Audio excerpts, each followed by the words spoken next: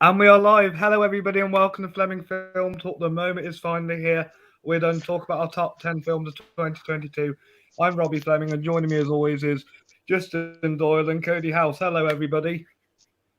Hello. Hey.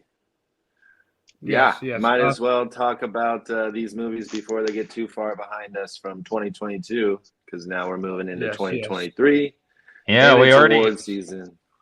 Yep, award season is in full swing. Oscar nominations got announced, what, 2 weeks ago? We've already had two big movie releases here in the States already because it's February. We already had Knock at the Cabin and Magic Mike Last Dance came out this weekend. So we're already getting our big 2023 releases. So yeah, might as well list our favorites of last year.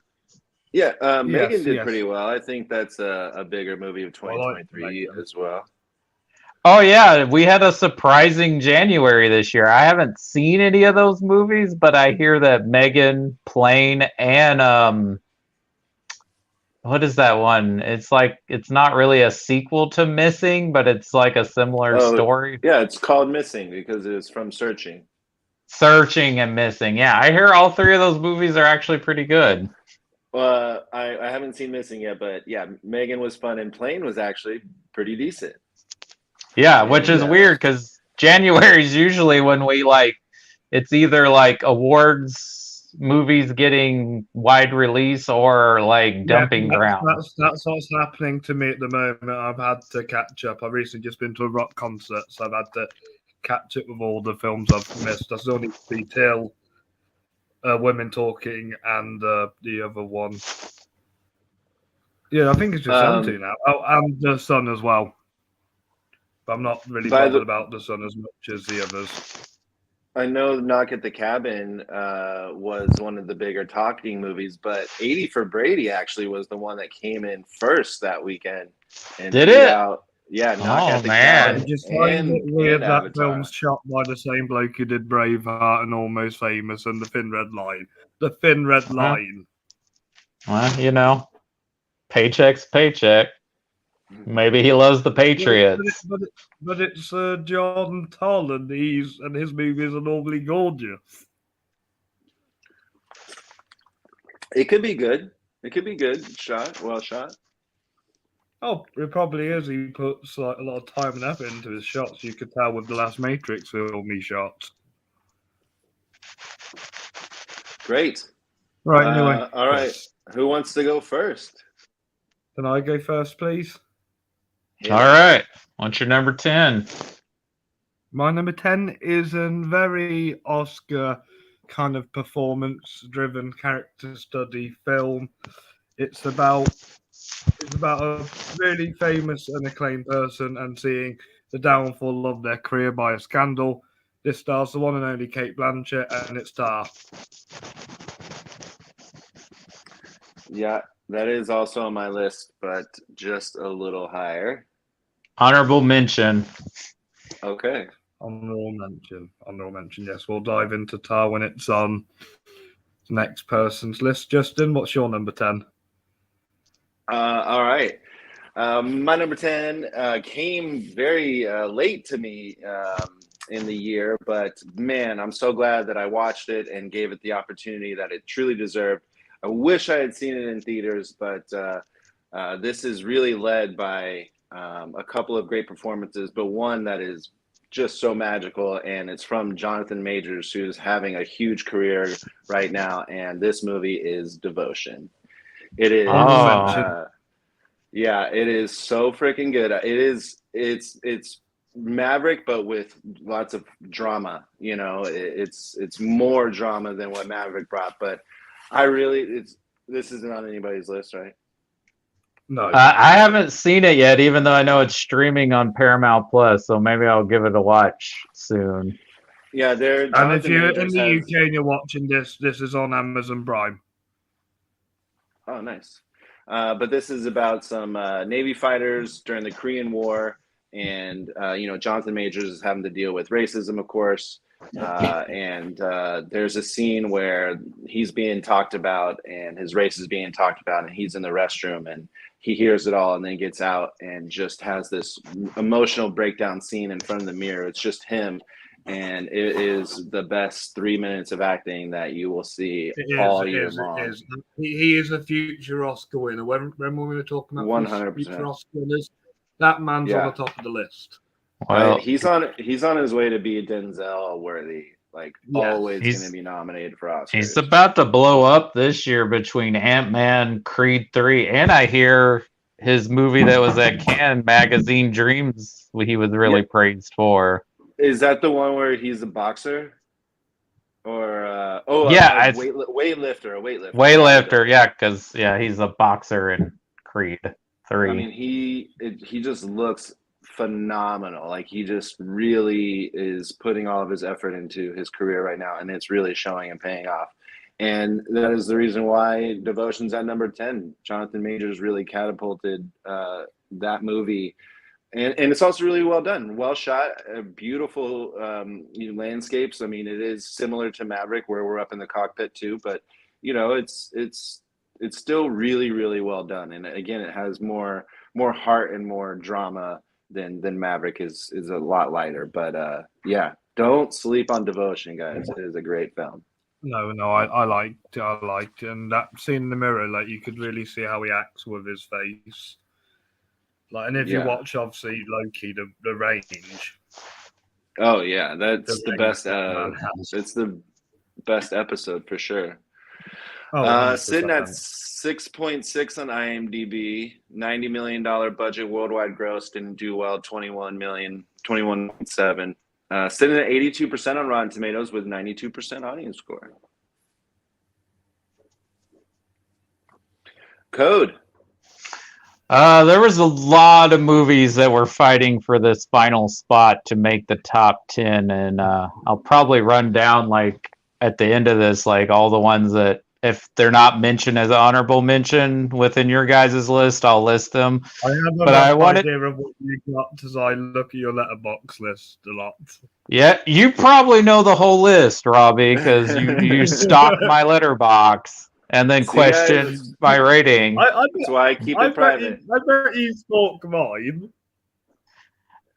Vaguely, but as you're including different films, your list is going to be a little different. But anyways, I thought I'd put something a little different here in the number 10 spot that normally probably would make my list, and I watched it just about a month ago when I was trying to catch up with 2022 movies I hadn't seen, and it's a documentary, and it's Oscar nominated this year. It's also a nature documentary, and also a love story, and it's streaming right now on Disney Plus, and it's Fire of Love. I really just love the story about these two scientists and how they fell in love with their mutual obsession, and just like the craftsmanship of like telling their story too was just really phenomenal. Yeah, it's a good film. I don't have any documentaries on my list this year. No, neither do I. And if you ever thought what a Wes Anderson documentary would look like, it's Fire of Love. Yeah, it's really beautiful. I mean, it's all their footage. This is what they captured along their travels. And I know it's narrated by the director of Kajillionaire. Yes. Yeah, Miranda July. She has been deemed really sleepy during her talk. Some people are saying that her vocal performance wasn't anywhere near like how good the movie itself was, because she was so sleepy, where the movie is really intense. These people are living on volcanoes and literally stepping at the edge of the cliff here, and they're just about to burn alive, it seems. But the way that they made the fire look so vibrant, because obviously it was filmed on film, so they had to really spruce up some of the imagery, and they did a really fantastic job with that. And it's definitely worthy of its nomination for best documentary, and I enjoyed it as well. You have anything else to say about it, Cody? No, I just think if normally you're not into nature documentaries, I think give this one a try because it's a little more than that. Like I said, it's also kind of a love story. So there's like, even though it's educational, like there's a little bit of a story here, and it's really sweet and touching and sad too. Oh yeah, that ending is. It's made $1 million worldwide. That's pretty good. 7.6 on IMDb and 98% on Rotten Tomatoes with an 84% audience score. That's a big one. Yeah, that's actually impressive for a nature documentary. Very impressive. Very impressive. Oh, I'm right, hoping Rob. to get to talk about my number 9 a bit more in detail, so I'm assuming I probably love this movie more than you two do. My number 9 is a music biopic made by the one and only Baz Luhrmann, and this stars Austin Butler and Tom Hanks, and it's Elvis. Not on the list. Yep, not on my list.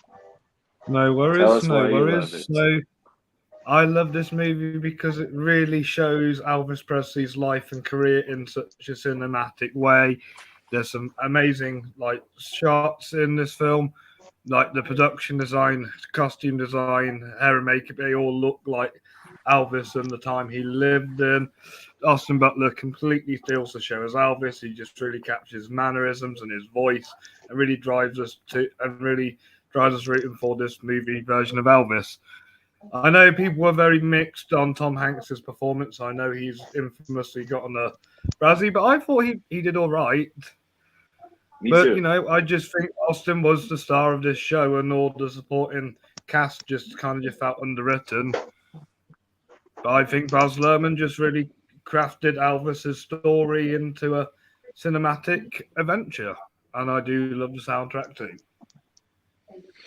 Yeah, nominated for 8 Oscars, and both Austin Butler and Tom Hanks made it for my favorites of the. I thought Tom Hanks did a great job. I know, he to me he can do pretty much no wrong, but I enjoyed his performance. I don't care if it's perfect and it's a made up language or vocal that he made up, but it's still a great performance, and you end up hating the guy, and that means that he did his job. So. I agree with you there, but yeah, it's a great movie. I love Baz Luhrmann. One of my favorite movies is a Baz Luhrmann film, but also great other actors in here. Helvin Harrison Jr. I love a lot. Gary Clark Jr. is in that, who's a real performer. But, Cody Smith McPhee just wearing his outfit from Power of the Dog. Yeah, Cody Smith coming back. Yeah, and 2 Australian who are regulars of Baz Luhrmann, and the 2 Australian underrated actors, Richard Roxburgh and David Wenham. 7.4 on IMDb with a budget of $85 million. Worldwide gross $287.3 million. 77% on Rotten Tomatoes, but the audience gives it 94. Yeah, we have both seen it in cinema as well. I did not. I saw it at home on streaming, but we have 4 Oscar-nominated films for Best Picture that have grossed over $100 million domestically. And 2 that have grossed over $1 billion. Yeah, 2 of them are the 2 biggest movies of this past year. That's how it should be. Yeah, well, I mean, if the movies are good, I mean, just because the movies make $1 billion doesn't mean they're worthy of a Best Picture nomination. Fair enough. All right. My number 9, nominated for 6 Oscars. It's already been mentioned. It's Tar. So let's talk about it, Rob. We can talk about this movie properly. Yes. Go first. Can I just say one thing about what I really, really love about this movie?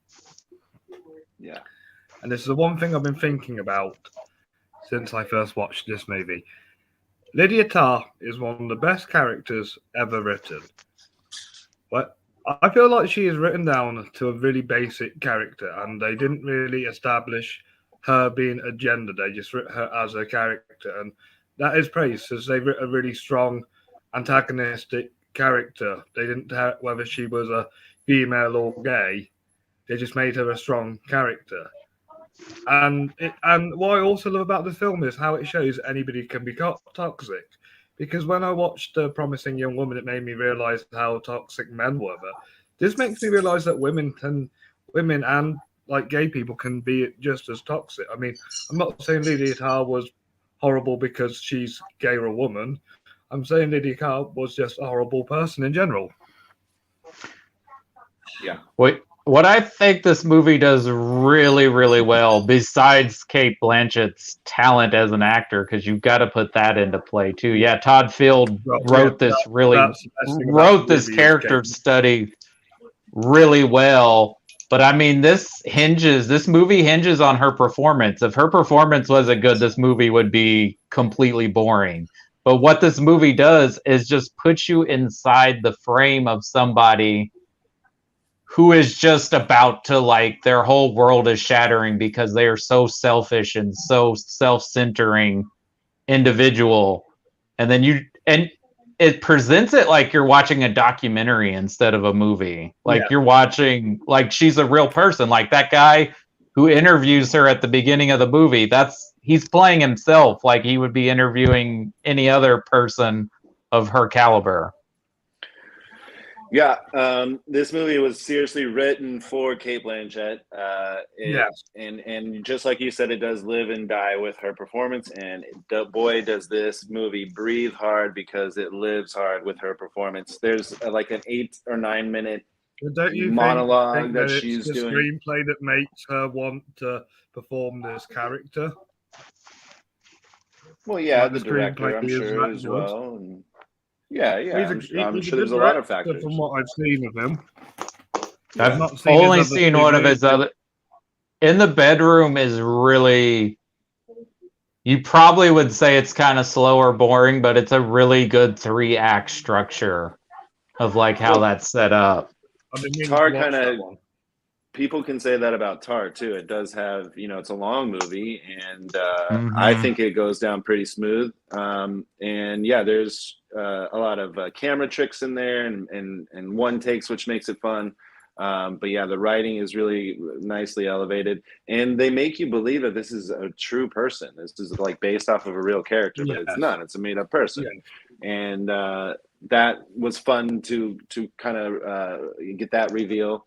And yeah, she's one of the best we have out there, and there's she's probably going to win the Oscar. There's in the film I want to shout out Julian Glover, who played her mentor. He was the villain in the third Indiana Jones film, and he's in Game of Thrones. So you got two Indiana Jones villains having a meal together. And Mark Strong is in this movie. Does he need to be an Indiana Jones villain at some point? Yes. I mean, why not? If they continue the franchise, either with Phoebe Waller-Bridge or an actor I'm sure we're going to be discussing later. Oh yes, yes, or both. Have them both. Or both. Have them both. Noemi Merlant. She's in the Portrait of a Lady on Fire, which is a great movie. Ooh. Yeah, it's a great movie. But yeah, Cate Blanchett is amazing. She's probably going to win the Oscar. And this is a good film. 7.6 on IMDb. $35 million budget, only $12 million gross worldwide, sitting at 91% on Rotten Tomatoes with 73% audience score and 89 overall for 2022. There's another performance I'm impressed with from an Aussie girl, so I wonder if that film gets brought up later. We'll find out, but let's talk Cody's number 9 right now. All right. Well, my number 9 sadly was not nominated for any Oscars, and there recently was some maybe controversy surrounding the lead actress not getting a Oscar nomination, and I'm surprised this movie isn't getting as much praise as it should from the industry, because not only was this movie well reviewed by critics, it was highly popular, it is very much an old-fashioned action epic in the reigns of a Braveheart or a Gladiator, and that is Gina Prince's Blythewood's The Woman King. This movie just kicked ass, Great and it choice. was a blast to watch. I've seen So it twice, and it was... So you were happy that I nominated her for the Flemings? Yes, and that's who I voted for, because I don't think I'd seen every film that was nominated. So I was like, yep. Yeah, this movie rules. I watched it twice, and it was just as good the second time around. And it's something I didn't know existed, even though I know there's been some controversies surrounding like the historical accuracies. But I like that you think there's going to be a love story, but there really isn't. You think there's going to be some other subplots, but really it just focuses on just being a awesome revenge Is it story. just me, or did the plot seem very similar to her previous film, The Old Guard? Just because it's about badass women? Not just that, but it's about a badass woman who has to teach the next ton of badass women. Oh, yeah. But Some similarities. I think this is a much stronger movie than The Old Guard.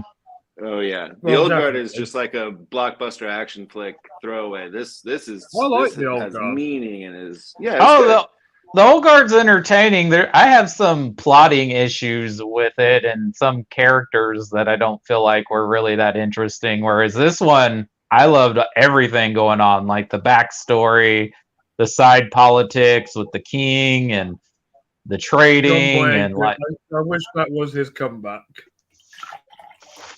Yeah, John Boyega's great. All the supporting cast is amazing. I love this movie. It came in at number 11 out of my top 20, so it barely missed the list, but it is definitely worthy of being in people's top 10. And I agree, it should have been nominated for more, like Viola for sure, and maybe even picture, because it was really, really well done. Well, and director. You heard what happened, and I'm not blaming it on Andrea Riceborough, but several members of the Academy went to people. It was in my top 30, if that helps. Told people, go ahead and vote for Andrea Riceborough because there are 4 locks they're getting in. And what happened was Viola Davis and Daniel Detweiler did not get in because not only did they vote for Andrea Riceborough, they also voted for Ana de Armas for Blonde. One of the worst decisions ever made. Yep. 6.7 on IMDb. $50 million budget. Worldwide gross $92.4 million. That's great. See, it would have been another movie people had seen if it had been nominated for Best Picture because it got an A+ cinema score. Yeah, 94% on Rotten Tomatoes, 99% from the audience, which is crazy that it's so much higher. And then it's sitting at 37 overall of 2022, so pretty good. Nice. All right. So you're ready for my number 8, which I'm assuming we will probably be higher on Cody's list, but it's the one and only, the favorite to win Best Picture, Everything Everywhere All at Once. Yep, that's going to be much higher on my list. Yeah, awesome. Not so we'll discuss it on mine. Yes, because of too much multiverse. Yeah. All right. Well, I know this isn't going to be on anybody's list. Well, maybe, Rob. I doubt it. But I had a really good time with this movie. It's did not get any love from anywhere. I think that it had great animation. It told a really good story, and it's about family and structure, and also about how we treat the very planet that we live on. My number 8 is Strange World. I really a cute enjoyed movie. it. I liked it. Yeah, I think I liked it too a lot more than not more than the Monas. If there's one thing I hate, I hate more than than woke culture. It's people moaning about woke culture. Well, you know what people who complain about something being woke means automatically, right? Yeah, What's that? That they're racist and prejudiced is basically what they're saying when they complain Oh, about right. something being woke. Yeah. yeah.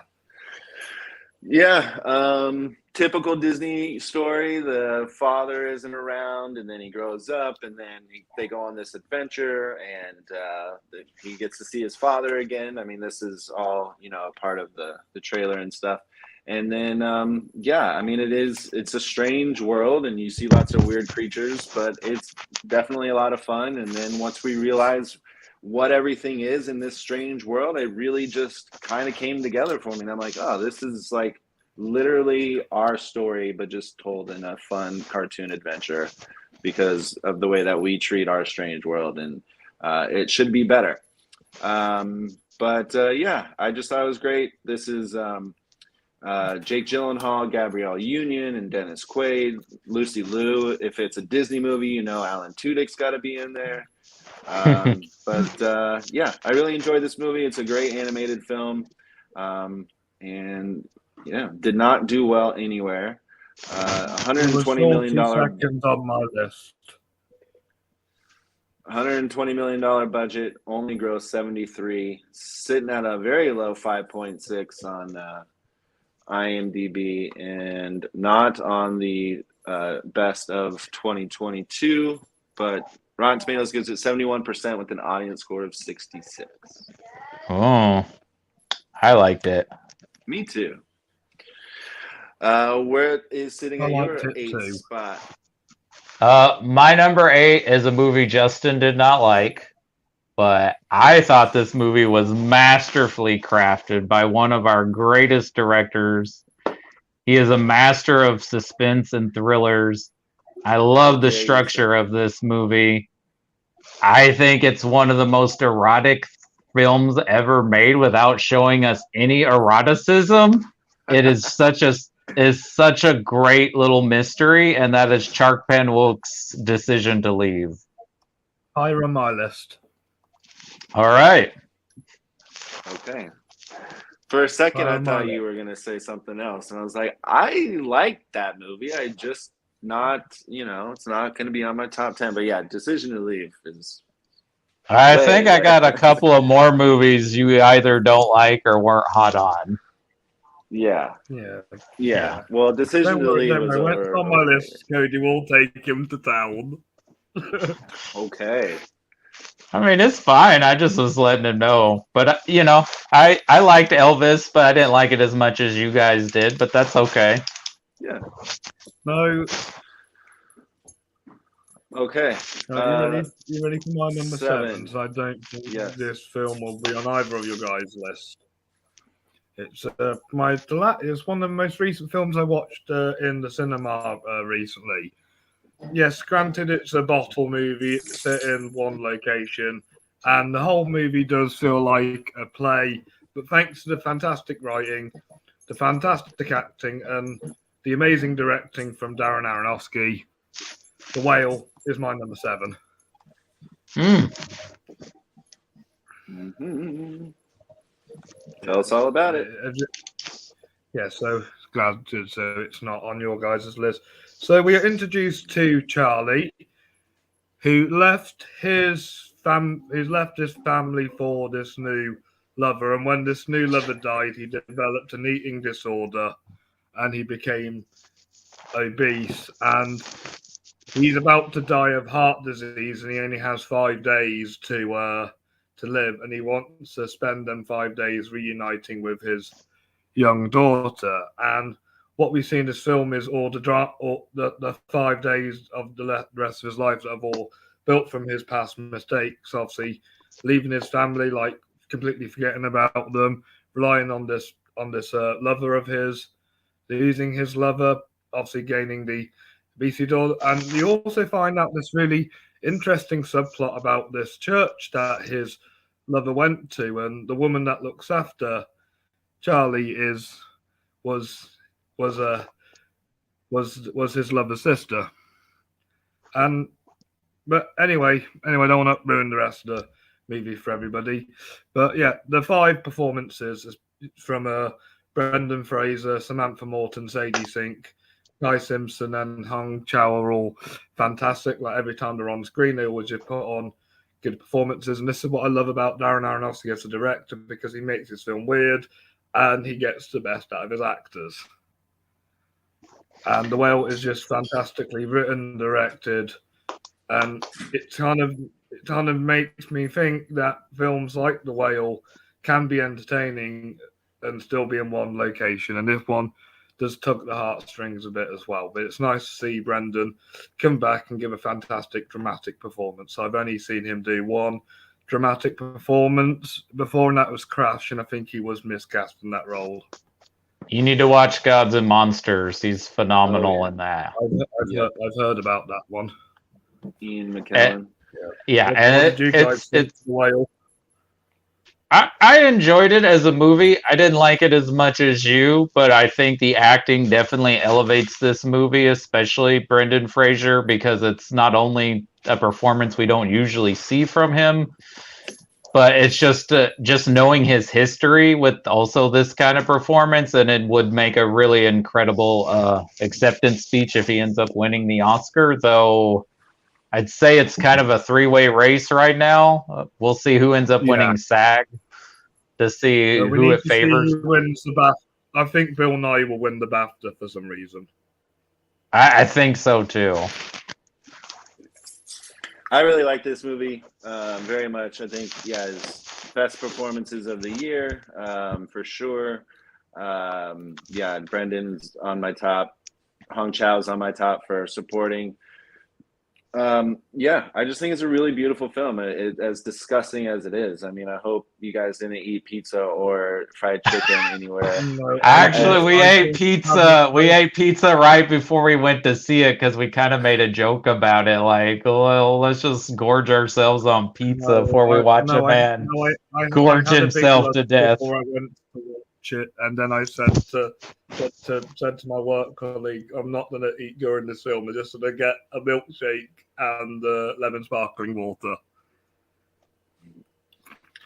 Yeah, it's good. The critics don't really think care out for of it all the ladies from Stranger Things, I think Sadie Sink's the best one so far. So she's not caught up doing Netflix films.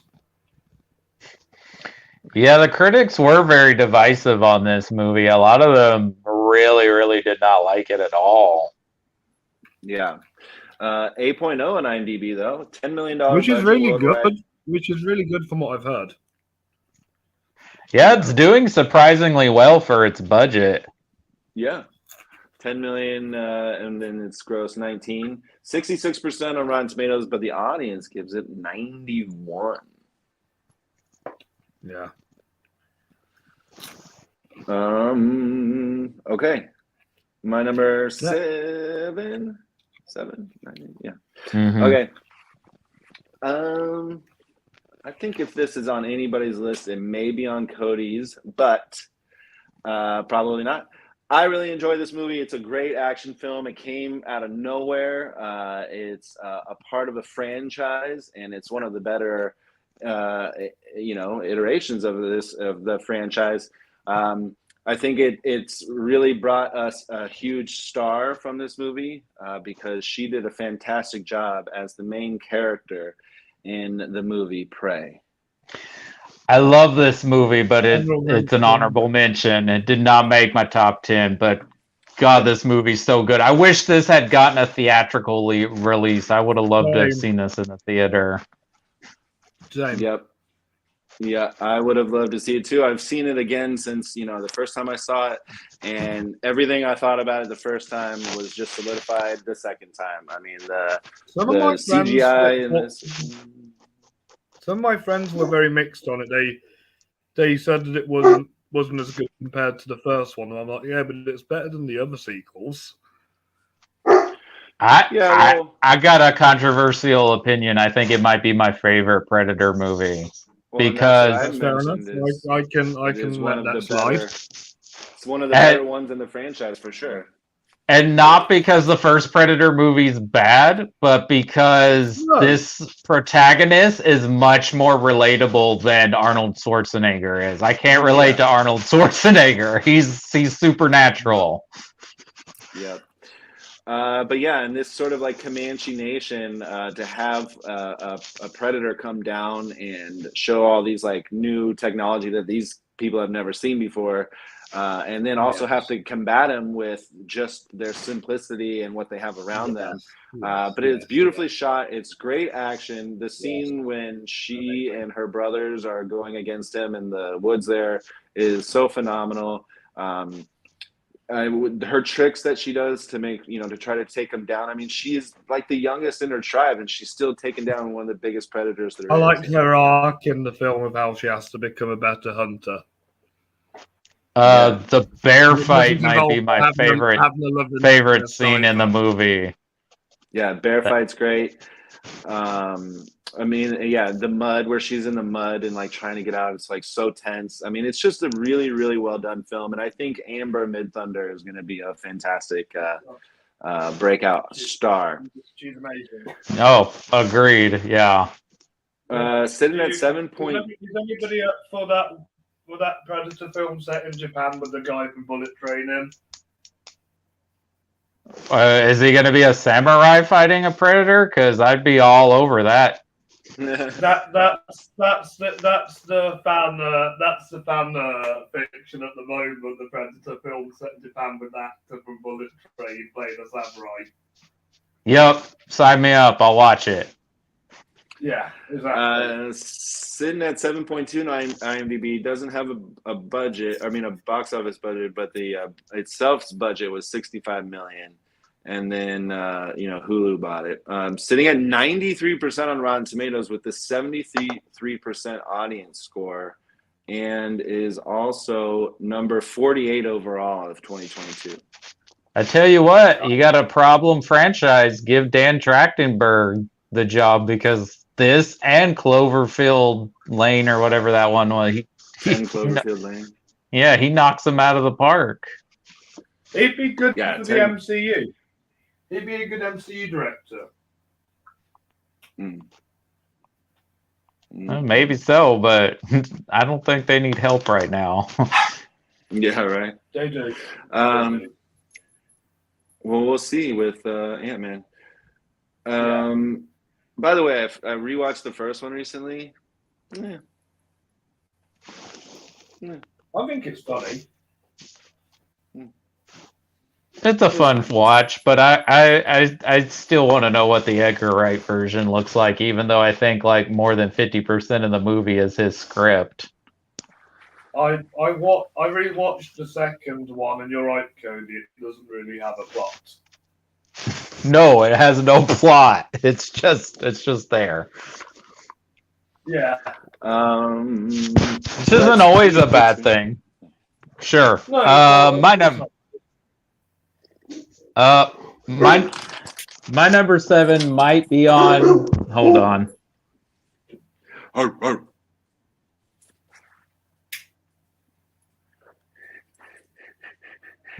So my number 7 might be on y'all's list too. It is very much one of the most talked about films of the year as far as awards go.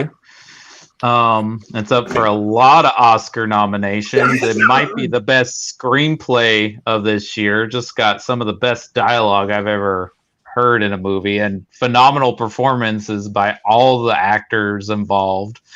It's a bit of a breakup story, but what I love about this movie is how it just really captures small town life and how everyone is just up in your business and knows everything about you, even if you haven't told anyone. And that is Martin McDonagh's The Banshees of Inisherin.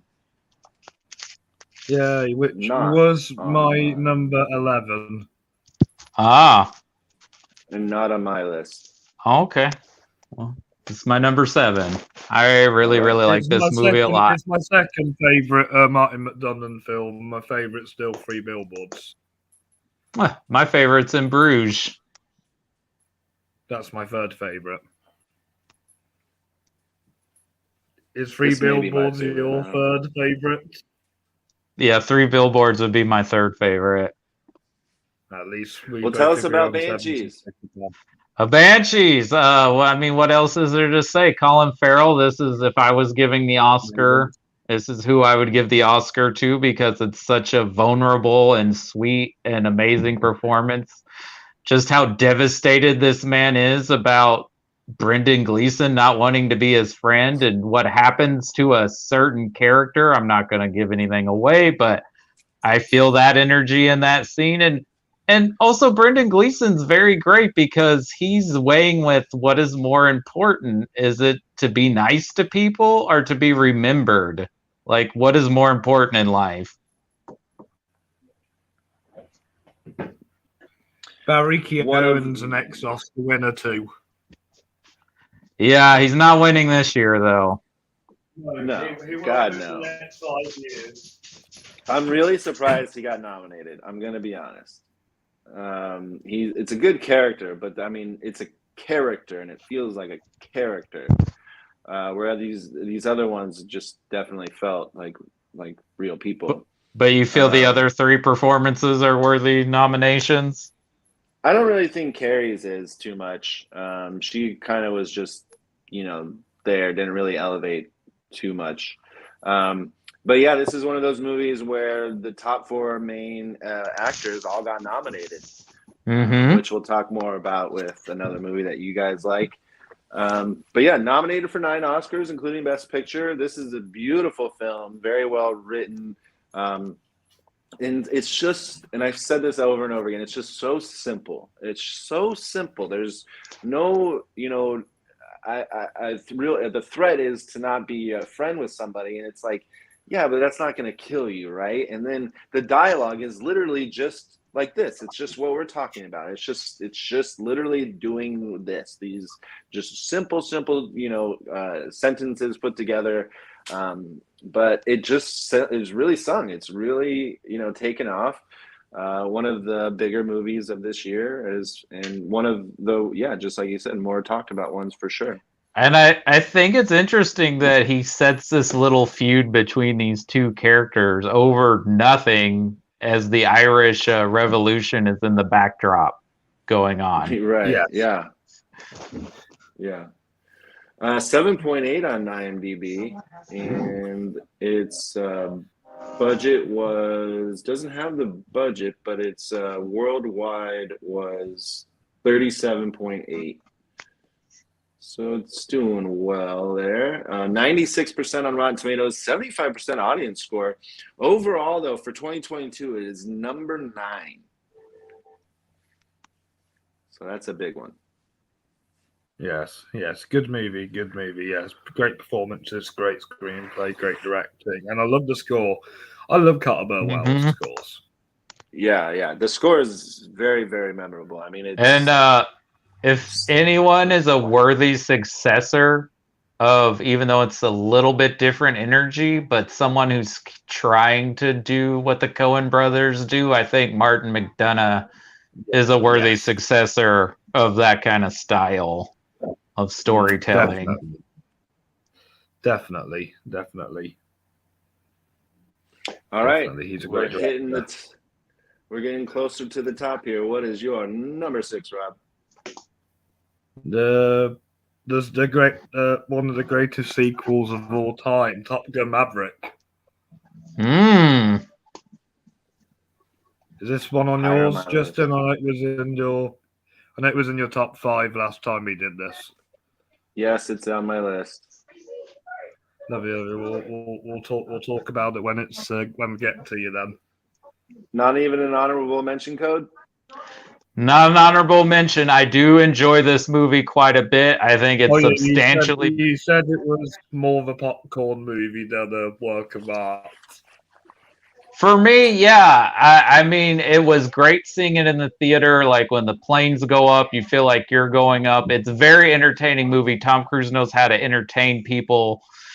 But there's just not a lot of plot. But I do think this is a much better movie than the original Top Gun. And you know what? 100%. They deserve all the praise and awards they're getting. Thank you, Tom Cruise, for saving cinema. It's just a shame the Academy forgot to put it in cinematography. Yeah, I agree. That should have been in that category. Like, what are you guys thinking, cinematographers? For real. Exactly. All right. Well, I Ready, don't think this Justin? is on your guys'. Yeah, I don't think this is on your guys' list. To me, probably the best comedy of the year. I mean, it is. There's. I don't even know if there's any. Let's talk about it, but I don't think there is any comedies out there that really sang in 2022. But everyone in this movie had a lot of fun, including Nicolas Cage as Nicolas Cage. This is The Unbearable Weight of Massive Talent. I had a Yay! Honorable blast mention. watching. Yeah, this movie's so It's a much lot fun. of fun. Yeah. And you can tell Pedro Pascal and Nick Cage had a great time, and they, because of that, we had a great time. And it's just a silly film. You know, I this wish is Nick action Cage packed. got the Golden Globe nomination instead of Adam Driver. Yeah, that's interesting. Right? I would be fine with that. I would prefer that. I would watch that movie much more than White Noise, even though I didn't hate that movie. Yeah, but the only good thing about White Noise is the dance at the end. Well, I don't know if that's the only good thing. That's the best part. I did like the dialogue, even though it was So, weird. a lot of fun banter for sure. Yeah, And there's a lot of fun banter in this movie. absolutely. This is Nick Cage. He's caught between a super fan and a CIA agent, and so he hangs out with Pedro Pascal, who's like a drug lord, and has his own things going on. But yeah, it's so much fun. It's so silly. I mean, there's a point where he's trying to help him over a wall. And then it turns out he can just walk around the wall, even though they spent like 3 solid minutes trying it. And then, yeah, it's just hilarious. Justin, I got a question. Because you love this movie so much, does it make you want to go watch Paddington 2? No, it doesn't. But I do, I love that, I mean, everyone loves Paddington, right? And it's not the first time it's come up in movies. So I think that's really funny. But it's just great. Goes down really smooth. It's under 2 hours. Yeah. Sitting and Nicolas Cage gets to talk to his other character selves in movies, which is so much fun. The younger self of Nicolas Cage. Sitting at 7.0 on IMDb, but didn't do well in the box office. $30 million budget, only grossed 29.1 worldwide. And Rotten Tomatoes and audience are equal with 87%. Huh. It was 15th. It was 15th of my UK releases of 2022 to nice. to list. Cody, number 6. All right, my number 6. 2022, Justin, you may have felt like it wasn't that great of a year for movies. I thought it was a pretty phenomenal year, but it was particularly a phenomenal year for horror movies. There were so many horror movies, and there's a few on my honorable mention list, but there was one that absolutely blew me away this year. And just when you think you're watching and you think you know what movie you're watching, it changes gears in the middle of the movie. And then it does it again.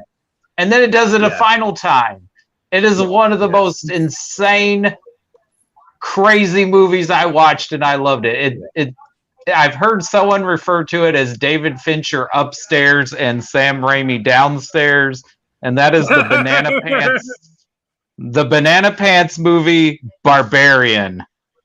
Yay! Yeah, honorable mention for me. I enjoyed X and Pearl more than this movie, but yeah, it is batshit crazy, and of course, like it starts off with something that no woman would ever do, ever, right? Which is go inside a house that just has a man in it, and it would just never happen. But because of that, we got this weird, fun crazy movie. Yeah, and it definitely has like 3 acts that are just Justin Long insane. And steals the show. well, Yeah, and he's yeah, playing a total dick. yeah, Yes. yep. And just when you think he can't get worse, his character gets worse and worse as the movie progresses. Yeah, But absolutely. you I mean, already he know he's starts a dick off with when you first meet him anyway. yeah, he I starts off know, as like but a but it hashtag gets Me Too worse. sort of person. Yeah, and then he Yeah. becomes like racist and sexist, and yeah, it's insane. Really cool production design for this. You know, they had to make a little town that, or find a little town that was grungy enough to where they can, you know, spice it up and make it look good, but also make it look like crap. And yeah, they did a good job. Skarsgård's in this as well. Yep, Mr. Pennywise, which, you know, that's also another reason why you're like, oh, you should go in there because that's Pennywise. So the director of this movie, Zach Krieger, it was in a movie, one of his first films, I believe, called what is it called? Miss March. And yeah, it's just a silly like comedy, you know, like Well, he's rated also X, an actor like as well. yeah, he's an actor. And then the partner of his died from Miss March, and so he's gone on his own now and created this movie, and it blew up. I mean, 7.0 on IMDb, but check this out: $4.5 million budget, but a worldwide gross was 45 million. I mean, that's a big win for a horror film. And that is the other thing about how good it was for horror movies this year. Not only because how good most of them were, but so many of these horror movies were originally going to be streaming movies exclusively, and then they put them in theaters and they did really well, like this and Smile and something else. I think were all supposed to be streamers, and then they just decided to drop them in theaters, and they did great. Yeah. I mean, 92% on Rotten Tomatoes. The main woman in this was also in Broadchurch, TV series I like. Georgina Campbell. Oh, was she? Yes. I don't remember her in Broadchurch. In the 3rd season, she plays Lenny Henry's daughter, who's also a cop. Working with David Tennant and Olivia Colman. 92% on Rotten Tomatoes, 71% audience score though, which is weird. 64 overall 2022. But Cody, you started this by saying that yeah, it was a shit year for movies or whatever. It was at the beginning. This came out in the later part of the year, and that's why like this is one of the better ones. Like the second part of the year, you know, the second half is really when the good movies finally started coming out. But yeah, it was a huge year for horror overall. With X and Pearl and yeah, Barbarian and Smile and Terrifier 2. I mean, I liked The Black Phone. Yeah. Oh, that was really good too. I mean, Ethan Hawke was so good, and maybe some of the best child acting I've seen in a long time in The Black Phone with definitely. the two leads. Yeah, definitely. Yeah, that's a good choice. Really good. Yeah, it just blew me away. I watched it at home when it dropped on HBO Max Halloween weekend, and I was like, this movie's awesome. Yeah. Speaking of awesome, what's your number 5, Rob? My number 5 is probably more on Cody's list than yours, even though it's from one of your favorite directors, Justin. This movie is similar to another movie I loved from last year, Belfast, but this is about a different director's life, and it's The Fabelmans. Yep, it's gonna be higher on my list. Of course. Yes, which is fine because now we can talk about a movie that's already been mentioned just recently. My number 5 is the best movie blockbuster that came out of 2022. You're right. Tom Cruise got us back to the theaters, and Top Gun Maverick is my number 5. Yay. Yeah. Hit me, Rob. Tell us about Top Gun Maverick. So Top Gun Maverick sees Maverick Mitchell return to Top Gun after 30 years. Oh, sorry. Yeah, I did say Barbarian was 64 overall. Okay. Sorry. Go ahead. Yeah. Sorry. Well, yeah, so Pete Mitchell, Maverick, he has to go back to Top Gun and train these pilots to do this mission to destroy the enemies. And again, the plot just feels like a realistic version of Star Wars. Nominated for Oh, 6 Oscars, including Best Picture. I mean, literally, their mission is Star Wars. It's just blowing up the Death Star. Yeah.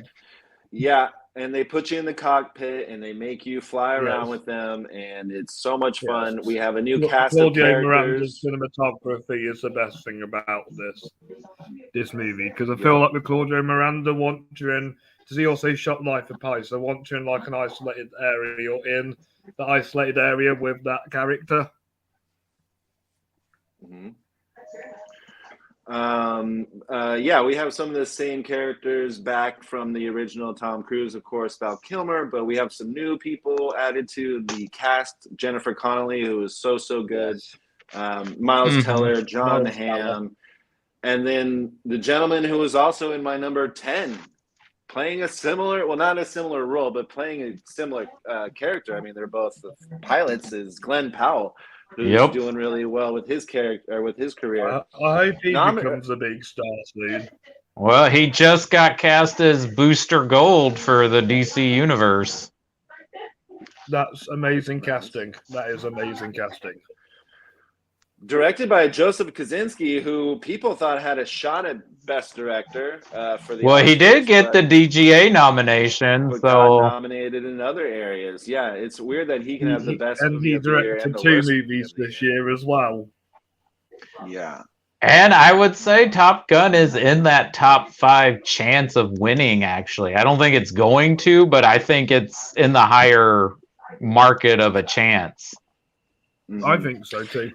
This movie was in limbo because of COVID, and Cruise said that he wanted to make sure everyone saw this in theaters, and he is the smartest man alive because it did so well. But yeah, I mean, just about the movie, it's just, you know, it's just a blockbuster hit. Yeah, not crazy thick on the plot, but you know, now Tom Cruise has to teach these kids how to take down this sort of enemy missile plant, and they have to be spot on and be perfect, and he teaches them how to do it, and or do they? Yeah, the actors had to go through excruciating training for this, and throwing up daily because of altitude and speed. Does Tom Cruise need to star in an Avatar film to get James Cameron more money? Does James Cameron need more money? Because, you know, I guess he also saved cinema this year. I think the only movie that Tom Cruise has... Imagine the money they'd make. I don't think their two egos would work well together. I think it's very interesting that Tom Cruise works with, like, the same 3 directors usually over and over. Kosinski, McQuarrie, and Doug Liman. McQuarrie and who's the other director? Doug Liman. Doug Liman. If the movie says Tom Cruise above the title, that means it's his movie. It can never be. That means he's also kind of directing it. That's like James Cameron would never let that happen. It can never be. I don't Tom think Cruise Spielberg above will let Avatar. Tom Cruise anywhere near his directing style. And that may be why they haven't worked together anymore. Exactly. If you've noticed, post Tom Cruise's whole blow up after the Katie Holmes stuff, he has not really worked with an auteur director since. Mm-hmm. But it's top rated 106 overall on IMDb after being a brand new movie. I think that's pretty impressive. Sitting at 8.3 of IMDb score, $170 million budget. I'm sure that had to do with some of the reshoots because in the football scene, apparently the guys weren't in shape enough. And so Tom Cruise said, come back in 6 months and we'll film this again, but your bodies better be banging. And I think that helped. $170 million budget, worldwide gross $1.4 billion. 96% on Rotten Tomatoes. Sorry, Cody. I think Lions for Lambs looks like the last Arthur film he did. That's The with Robert Robert Redford. Redford. Yeah, who's not a critically acclaimed director. Yeah, I don't even know if I'd call him an auteur. No. 96% on Rotten Tomatoes, 99% from the audience score, and sitting at 16 overall for 2022. A big, big movie. Yeah, All right, a Cody, great pick. hit us with your number 5. Well, my number 5 and another movie on my list, maybe not fair to put them in because these are movies that were, I feel like, exclusively made for me and my enjoyment. I know other people enjoyed them besides me, but when this movie first got announced, I was like, oh, are they doing another one of these? I mean, I knew it's going to happen, but I was like, what else have they got to do? What are they going to say? And then the trailer dropped, and I was like, oh, okay, this is a different thing we haven't done with this character before. This is something I've been wanting to see. And they absolutely nailed it. They nailed the world, they nailed the characters. This is about as good of a live action adaptation to the comic book we have gotten because we finally got the character in its actual original roots as a detective who solves mysteries, collaborates with the characters. We've got interesting characters across the board. It's just so phenomenal. It's like they took the animated series and did a live action version of it, but mixed and homaged every other incarnation, even including the Adam West version. That's right. My number 5 is Matt Reeves, the Batman. Honorable mention for me. Not on my list. Totally fine. Mention, Justin? No. But the chemistry between Pattinson and Kazan is just electric. She's amazing in this movie. Colin Farrell, Kravitz. You don't even know it's Colin Farrell as the Penguin unless you like look it up. He's so good. Jeffrey Wright, perfect casting for Commissioner or Jim Gordon. And yeah, there's just everything is included in this. And we finally get Batman as a detective. It's like they took a 70s crime thriller and put it in the world of Batman with an homage to David Fincher films as well. And I love that the end of this movie is not Batman fighting a villain, it's him saving the city. It's just such a good movie. And we finally got a Batman movie about Batman. And if I have one complaint, my only complaint about this movie is that I feel like Robert Pattinson really didn't do much as Bruce Wayne as a character. But maybe they'll develop that in the sequels. But I love everything about this, even the sound effect and like how scared the criminals are of like he might be in the shadows. It's just they nailed it. Matt Reeves nailed it. Best team for me, Cody. Did you love both of them aspects to it? What's that? It won best score and best team for my awards. Did you love them aspects of it? Oh, I loved Giacchino's score. I'm outraged it wasn't even eligible for an Oscar nomination because it was so good. Well, it's based off of previous work, which is actually what happened with Tar. Tar couldn't be up for best score because it was based off of previous work. Was that because Tar they used too much non-original music? Yeah. Yeah. 2 Oscar-nominated actors in this movie. And Colin Farrell could have been nominated for Best Supporting Actor for his portrayal as the Penguin. He is one of my tops of last year for supporting actor for this role. Unbelievable how unrecognizable he was. And Zoe Kravitz is a freaking superstar, and she can, she sings in this movie, and also did really well in Kimmy from last year. Oh yeah, Kimmy's great. Paul Dano had a chance of an acting role, supporting nomination. Yeah, missed out. He's phenomenal in this movie. But yeah, He is. lots of He great is. I think he's actors and better actresses. in the other movie I mentioned earlier, but we'll get into that later. John Turturro's also in it, and Peter Sarsgaard. Really good film, and I agree, really good iteration of the character Batman. Did you I have a believe did pacing well. issue with it like I did, Justin? Yeah, it runs a little long. Yeah. But $200 million budget, worldwide gross 770. That is a big win. 7.8 on IMDb, 85% on Rotten Tomatoes, 87% audience score. Yeah, I mean I think he nailed it, and I can't wait to see what they do with the sequel. I'm glad that we get Matt Reeves gets to play in this playground a little bit more. Yeah, I'm excited to see Barry Keoghan as the Joker and more villains to come. Yes. What's your number I'd like to see 4? Has Matthew it already been? McConaughey as Two-Face. Interesting. It could work, maybe. What's your number 4, Rob? Has it already been mentioned?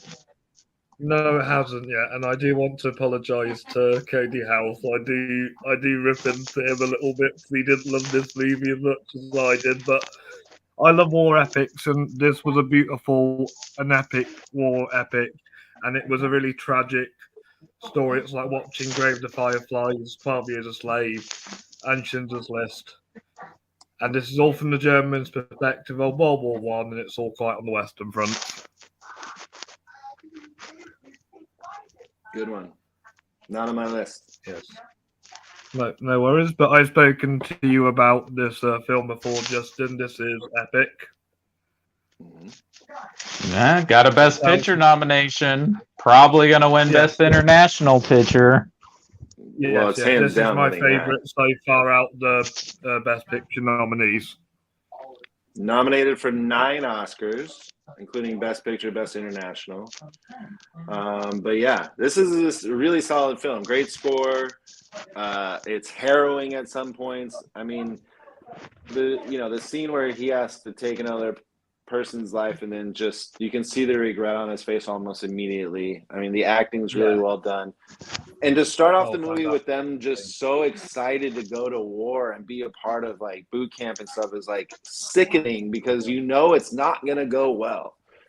And this movie has you on your toes literally all the way up until the last second of the movie, and it just takes all your breath away. And it's a really, really well done, masterful film. And I love a good war movie, and this was a great war movie. But you don't like it as much as 1917, right, Rob? I'd say they're both on par with each other. What do you think, Code? 1917 better? I prefer 1917 because I can follow the story a little bit better because it focuses on the one character instead of going back and forth with all these different things. I get what All Quiet on the Western Front's doing, and it is really well shot and well made. It feels a little bit like Dunkirk, but not as well directed as Dunkirk. It's kind of in a similar story structure. And I know it's based on a book and it had been a movie previously. I've never read the novel or seen the American version of this story. I would like to. I'd like to watch the other 2 versions of this one day. Oh, yeah, that's right. There's a TV movie version from the 70s. Yeah, but I can picture this version's probably better because it's obviously told from the German, so it makes sense it's by a German director with German actors. And what I like about the actors is Daniel Brühl's the only heavy hitter, and he kind of takes the sidelines doing all the political stuff, and he lets the young lads all shine and show their talent on the battlefield. Yep. Although the only character I remember is the main guy because he has an easy name like Paul. I can't remember the other character's name, so I kind of see where Cody was coming from with following the characters. Yeah. It's great. Really, really good. Forgot what I was going to say, though. But yeah, 7.8 on IMDb. Does not have a budget or a box office because it's a Netflix film.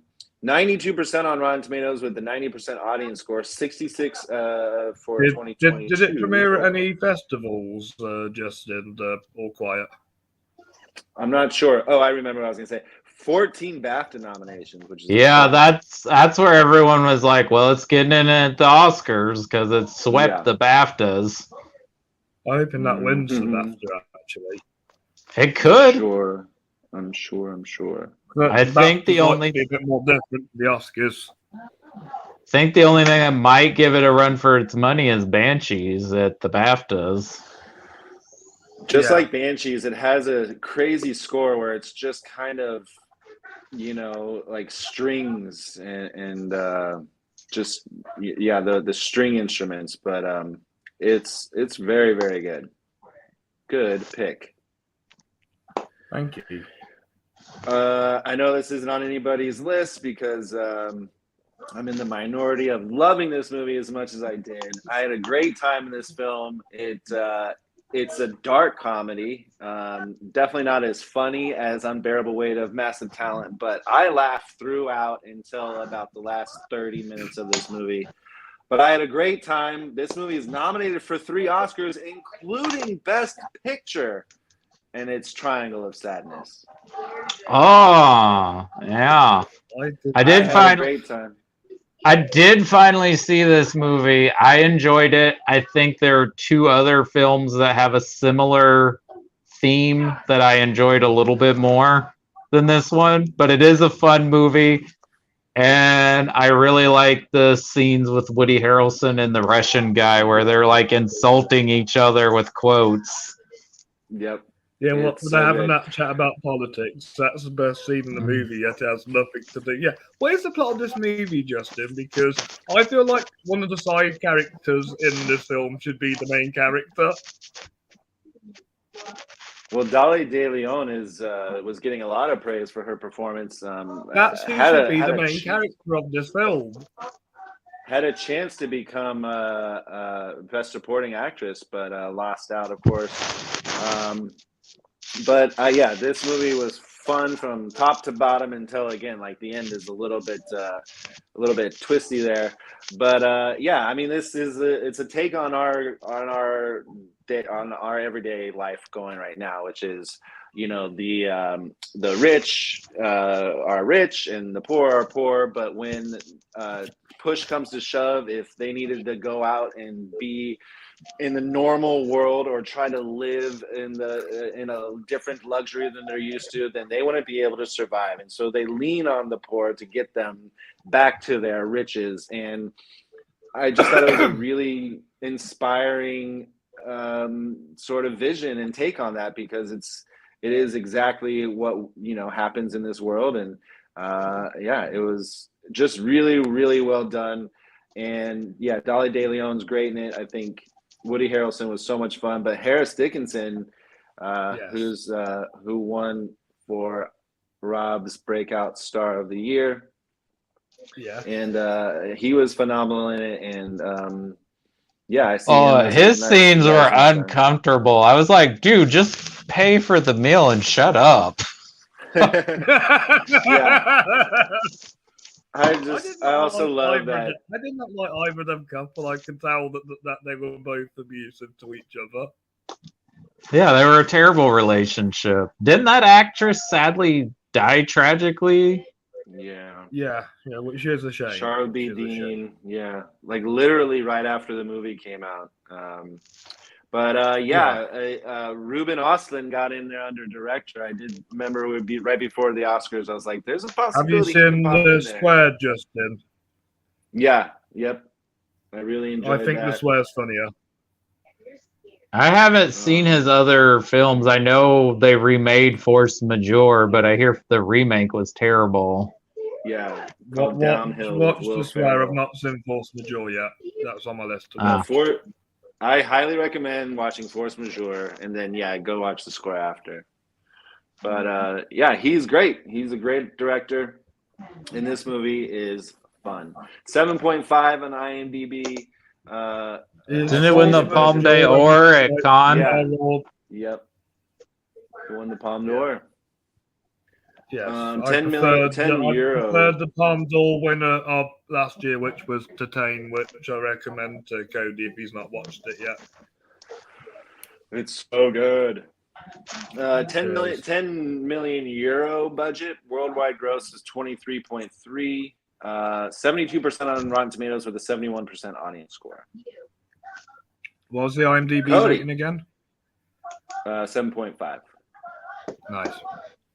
Your number 4, please, Mr. House. My number 4 is a movie that is sweeping the nation, or well, it's been sweeping the nation since early last year when it was in theaters, and then it got on Netflix, and now there are screenings all over the country. But it sadly only got one Oscar nomination because its country did not make it eligible for Best International Feature. It is one of the most entertaining films I've seen all of last year. The action is insane. Justin, you referred to this as a Fast and the Furious movie. I can kind of see with over the top, but it's so much more than that. Like, it's a love story, it's a buddy movie, it's a undercover thriller. Those things all happen in Fast and Furious as well. But Fast and Furious isn't a musical. That's right. There's no musical numbers, and we don't bring down imperialism either, which is RRR. Well, definitely my fourth favorite international film of the year. Tell us more about it. I mean, what else do you want to know? This movie has like explosions and flips and circus animals going crazy, and they fight a tiger, and yeah, it's just the most insane and fun film I've seen all last year. The opening to the movie is one of the best pieces of cinema all year, for sure. It is insane what that guy does and what he goes through. And I hope it wins Best Song at the Oscars. Can I also say another great scene of cinema from this year? It's in 3,000 Years of Longing, where a woman says the word fuckface. Yes, that's an honorable mention for me. I really, really like that movie. But yeah, the movie, the opening really sets the tone for the rest of the film, and it does not let down. This is directed by S.S. Rajamouli. People thought it was going to get in for Best Director. They thought this was going to be up for Best International Film, but for some reason, India chose something else. But yeah, nominated for Best Song, but it's about two like fictitious, legendary people and what happens if they teamed up. You know, this is like a Quentin Tarantino sort of spin. Mm-hmm. And you guys know who loved this movie? Besides me? James Cameron and Steven Spielberg. I was gonna guess Of course they would. Of course. Yeah, this movie is one of those that you just can't believe that it's as big as it is until you actually see it, and then you're like, okay, I understand why it was a fun film, honestly. And it's one of those where I for sure should have seen it in theaters, but it wasn't out, you know, when we didn't know about it then. And then once I saw it, I was like, okay, well, it's not going to be better on the big screen. I learned about this film through a YouTuber I follow. Yeah, was it me?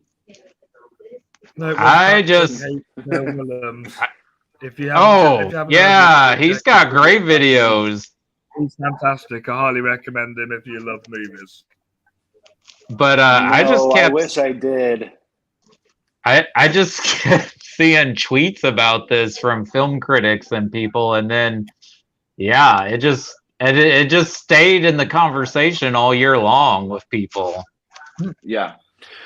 I love a period piece. I love an action film, and I love musicals. So this one has me loving all of it, but it just didn't stick the landing for me. But it is. Justin had a massive, long 30-minute chat about this movie, which is the highest viewed episode of the show.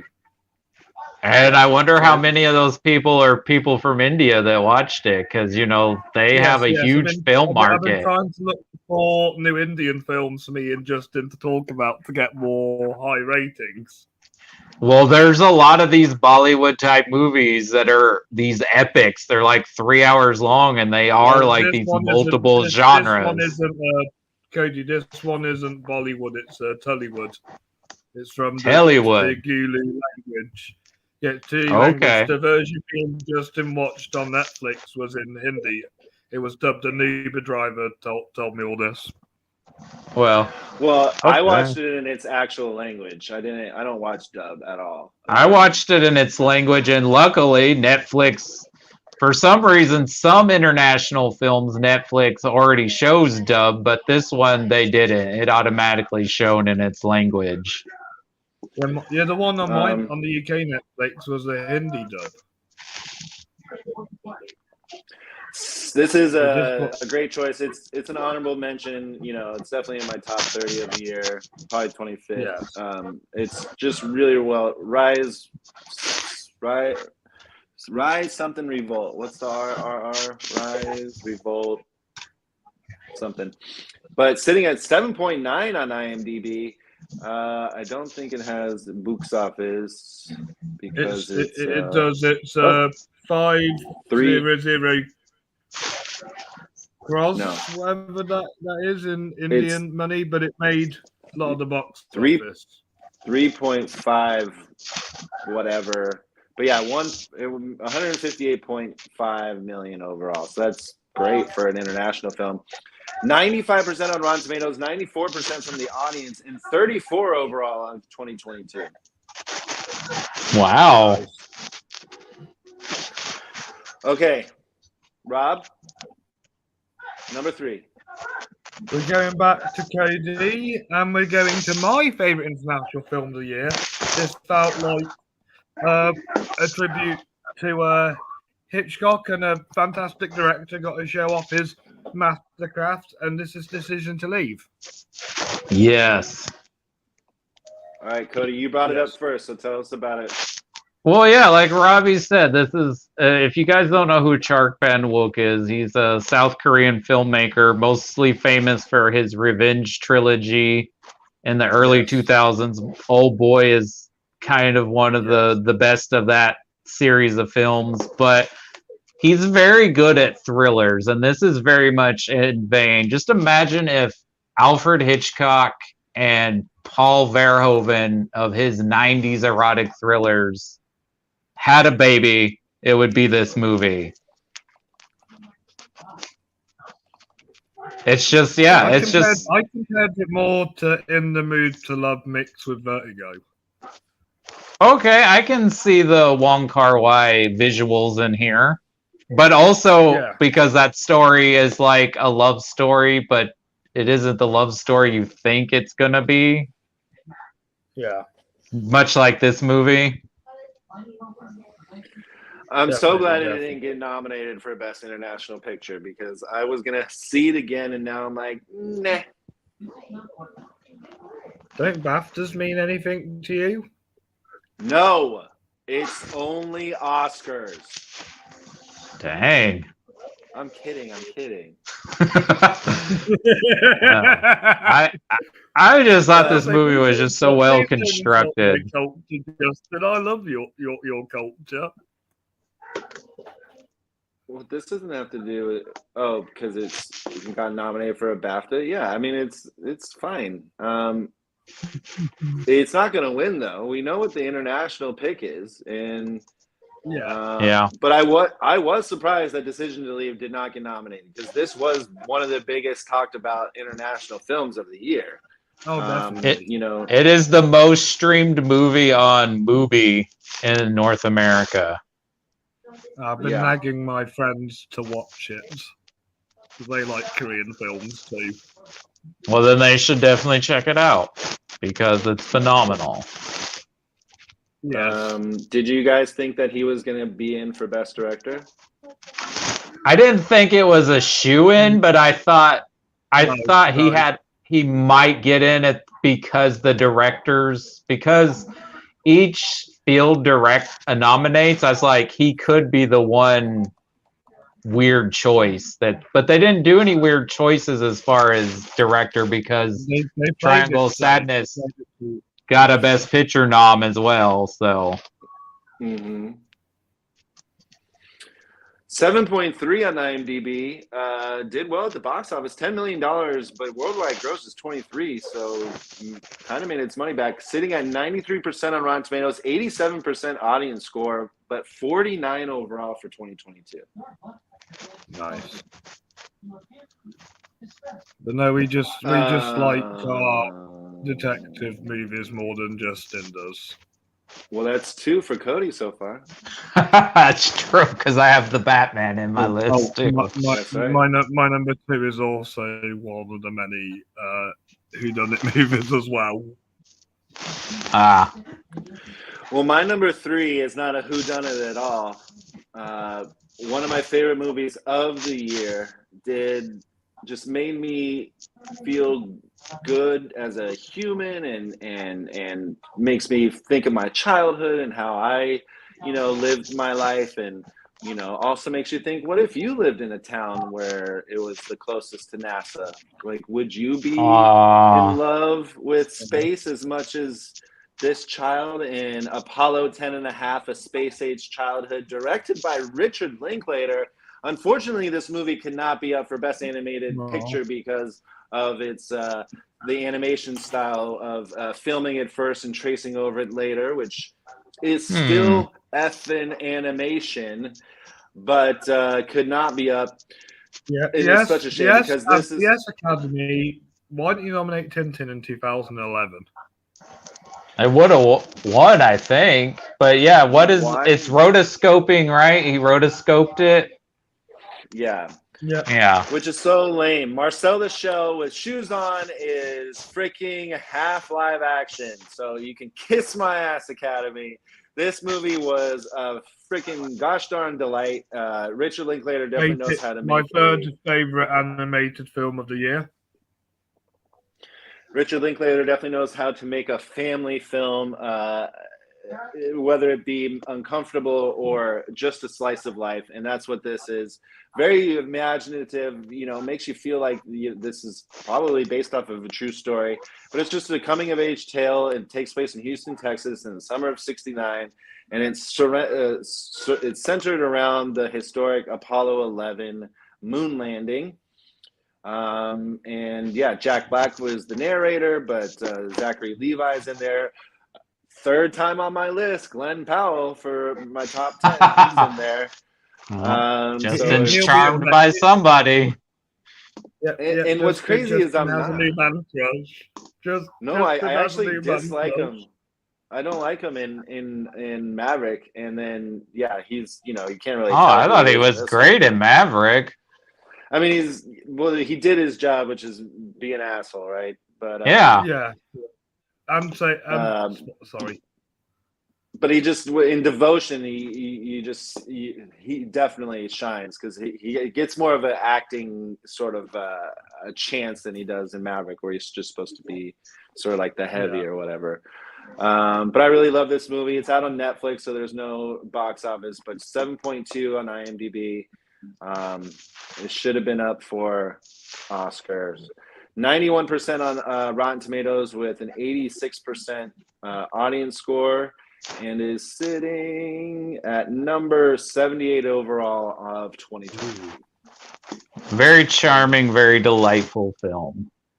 Yeah, I mean, just makes you feel full in your heart after watching it. Yeah. All right. Can't wait to see Cody's number 3. I'm gonna cheat here. It's a tie. One of them is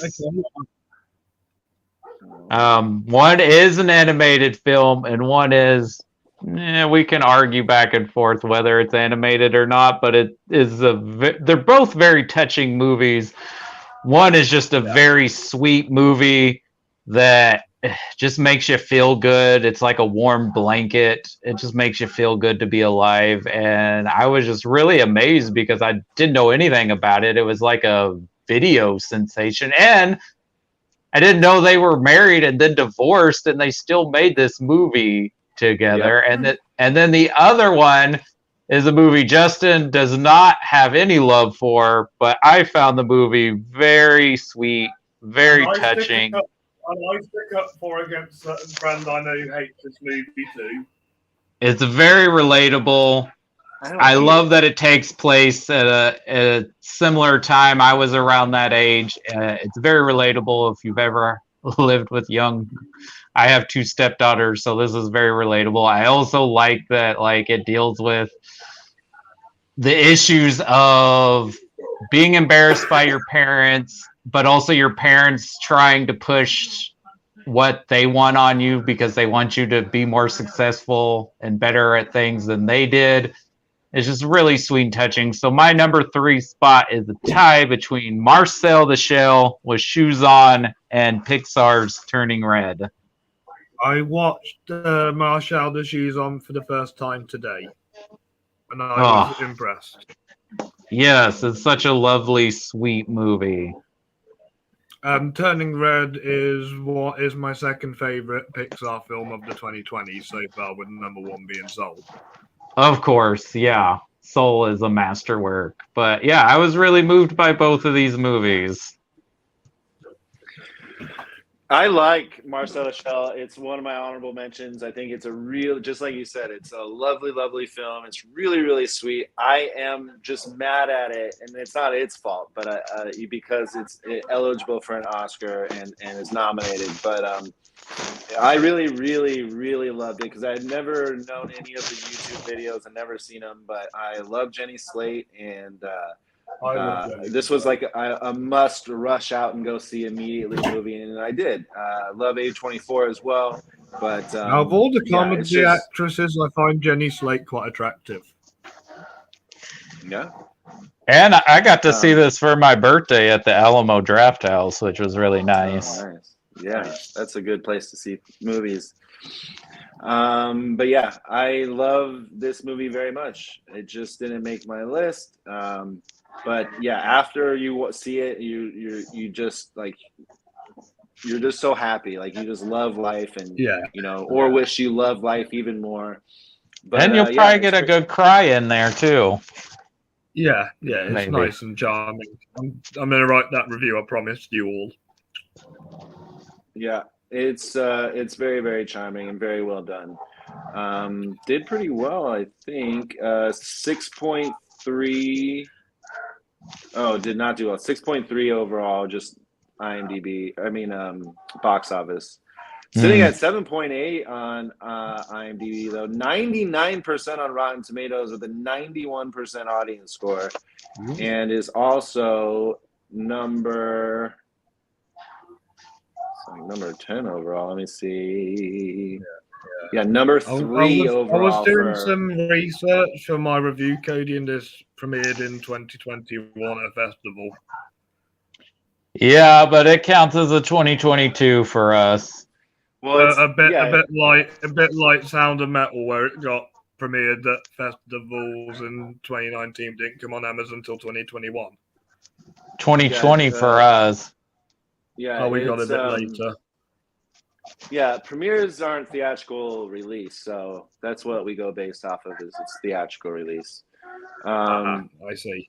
And then with Turning Red, I know you and my other friend didn't like this movie. No, it's my one other of the friend weaker really efforts, didn't like this but movie. I do appreciate what it's doing and where it went. I mean, I like non white leads, and then also it's about young girls and what they have to go through, and I think it's good for that, but it's not made for me, which is why I just didn't So you're not my cup of tea. So you're not one of the trashes that thinks it's too mature for kids. I don't mind if a movie is made for kids. I like movies that are made for kids. Like Puss in Boots is fucking awesome, but Turning Red, like the subjects in it, a lot of people think are too mature for one of these kind of movies. Oh no, that's okay. Somebody say it felt like a health video. Yeah, I don't think I think the way that they did it and went about it is great. I mean, you turn into a red panda when you're going through things. I think it's kind of interesting. I just didn't click with me, but clicked with everybody else, and is doing really well. 7.0 on IMDb. Budget was 175 million, but because of its also released on Disney, it only grossed 20 million. Yeah, 95% on Rotten. Go ahead. I was gonna say this is the one they should have released in theaters and not Lightyear. Lightyear should have went straight to Disney Plus. Yeah. It's weird with Pixar movies, Cody, because Justin normally likes the ones I'm not big on, and the ones I love, he's not big on.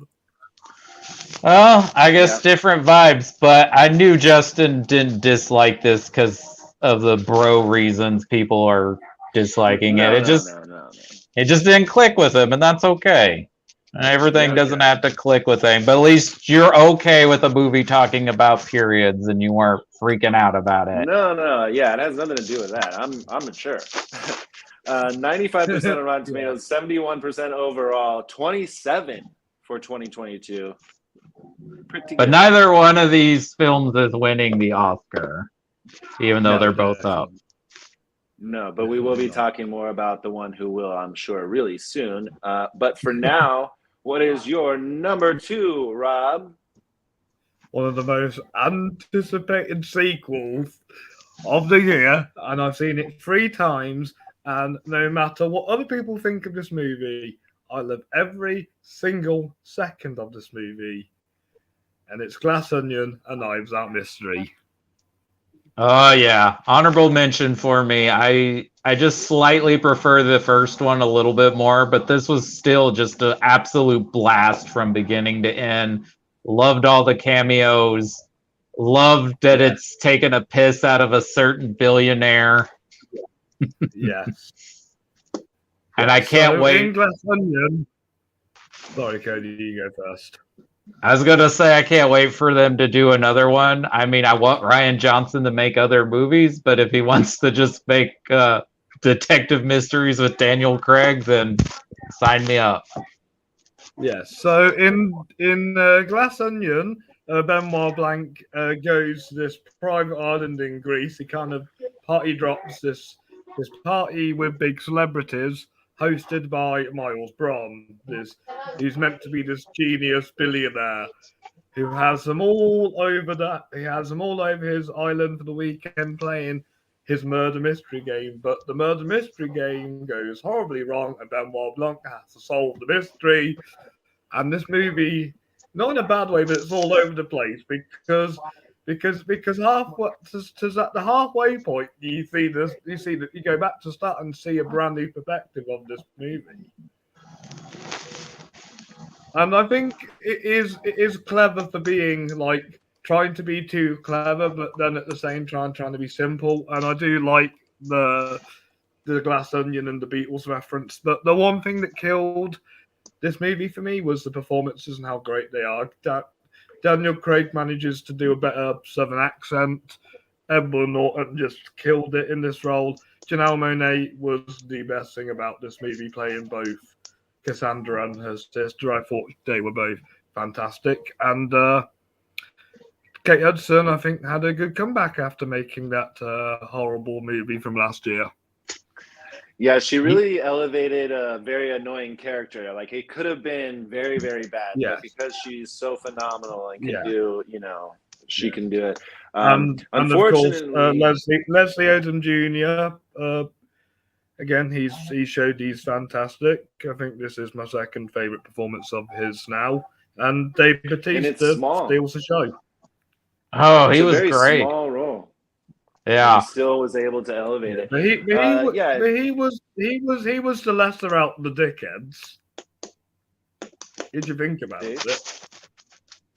Yeah, he was the least dickish of them all. I also like that this movie deals with COVID, and besides that, I've only saw 2 other movies this past year that like actually deal with COVID and don't even bring it up as like a thing. And that's 3,000 Years of Longing and Kimmy. Yes. But the reason that was terrible. No, I didn't see that one, but Yeah. he didn't want to call this a Knives Out mystery. He just wanted to call it Glass Onion because he wanted to use song titles because Knives Out is a Radiohead song. So, but Netflix wanted it to have the Knives Out mystery with it. Also, one of the dumbest things, it was released for 1 week and then was out for 3 weeks and then was put on Netflix. It's like you could have made money for 3 more weeks instead, and it would have made even more had you just had it stayed out in theaters. And it would have made it, because didn't it make like a crap ton of money just for its 1 week engagement? Well, so yeah, $13.2 million for 1 week, budget of $40 million. So it could have done even better than that. Well, because it would have had similar success as the original, word of mouth. Mm-hmm. Oh yeah. Definitely, Well, not even word of mouth anymore because it's now a sequel and a hit. Yeah, And I think this one's a hit as well. Janelle Monáe does steal the movie, and Kate Hudson always having she was fun, and but yeah, I wish they elevated Leslie Odom a little bit more. But Edward Norton and Daniel Craig being red-faced the entire time was a great thing to see. Yeah. well, they didn't give David what's her name Batista. much to do. Do you think Jessica. David Batista's the best wrestler turned actor, Justin? No, I've said this before. I think if you guys watch wrestling, you would see their best performances that they've ever given because it's just they're just brutes and whatever. But like you know, when they were in WWE and like passionate about it and it was like their favorite thing ever, then they would go out and give great monologues and have great dialogue and you know really show performance heavy performances. But so I don't think so. I think he has one of the more interesting. He's choosing interesting projects though, and choosing to work with interesting directors instead of trying to be an action star or He's something good like that. Knock at the Cabin. Actually, He's phenomenal. Really yeah. 7.2 on IMDb. But yeah, 13.2 gross worldwide. $40 million Which one budget. do you 90. prefer, Justin? The first one or the second one with Knives Out? They're literally the same. It's just the same. It's just really well done.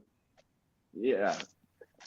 Audience score and IMDb sitting at 92%. And overall, it was higher than All Quiet. It's 63 overall, right above Barbarian. Okay, my number 2, so good. I loved it. I think, I'll just say what it is first. It's my favorite international film of the year and my second favorite film. It's Bardo, False Chronicle of a Handful of Truths, directed by Alejandro Iñárritu. If you've seen this movie, the beginning of the movie is unforgettable. You're just like you don't know what's going on, and then you realize you want to know what's going on, and it just becomes a mind trip. It becomes a cinematic masterpiece. I think the cinematography is so well done. The main actor, Daniel Jimenez Cacho, is one of the movie, just like Tar, lives and dies off of his performance because he's in every frame. And this movie breathes and lives hard because of this. It's very sexual, but it's also about family, and it's about, this is he's a journalist and now a documentarian, and he goes home and he listens to people and what they say about him, and he kind of just wants to reconcile his past and be more forward in his Mexican culture and identity. And the visuals in this movie are just absolutely stunning. And Alejandro Iñárritu, this is his best effort in my opinion. But it should have been nominated for international feature. I know it would have lost to All Quiet, but it's got its one Oscar nomination. Oh, for international, yeah. No, cinematography. Cinematography. I'd say it's better than Beautiful, but it's nowhere near as good as Amos Perros. Oh. it's I mean, Amoros Perros is a whole different sort of world. Where this one's just one person in his chronicle. So I looked at it and it was looking like Inarritu was reflecting over his career, as this was his first film since Birdman and The Revenant, and I thought it was clever how they did that. I just kind of wish it was 2 hours, not 2 hours and a half. But visuals, it was spectacular. Yeah, this is his sort of view on his life. And he first announced this as a comedy, and it didn't really feel funny. But anyway, this is sort of his sort of life and path, because he does have his Hispanic Mexican roots of movies that are international, but he's also made English movies and been successful at that. So it is a mirror of that. But I just really loved it. You don't know what's real and what's not, and it's just totally true. It's a false chronicle of a handful of truths. You don't know what's real. You don't know what's the truth. You don't even know what's false. But there's the opening before the crazy opening scene is a man. Well, it's a shadow that's jumping up and down in a desert, and you just see the shadow and the camera following it, and it's supposed to be The main guy has been in another one of my favorite international movies, Y Tu Mamá También. He's the narrator. Oh my gosh, that's amazing! So there's this shadow that's jumping up and down in the desert, and it's supposed to be Birdman. It's supposed to be like a continuation, but we don't know if that's true or not. But anyways, it is my number 2. I love this movie. 6.8 on IMDb. Don't think it has much of a box office. Yeah, just $38,000. It was a Netflix movie. 59% on Rotten Tomatoes. 70% audience score. I'd like to do an episode ranking his movies one day.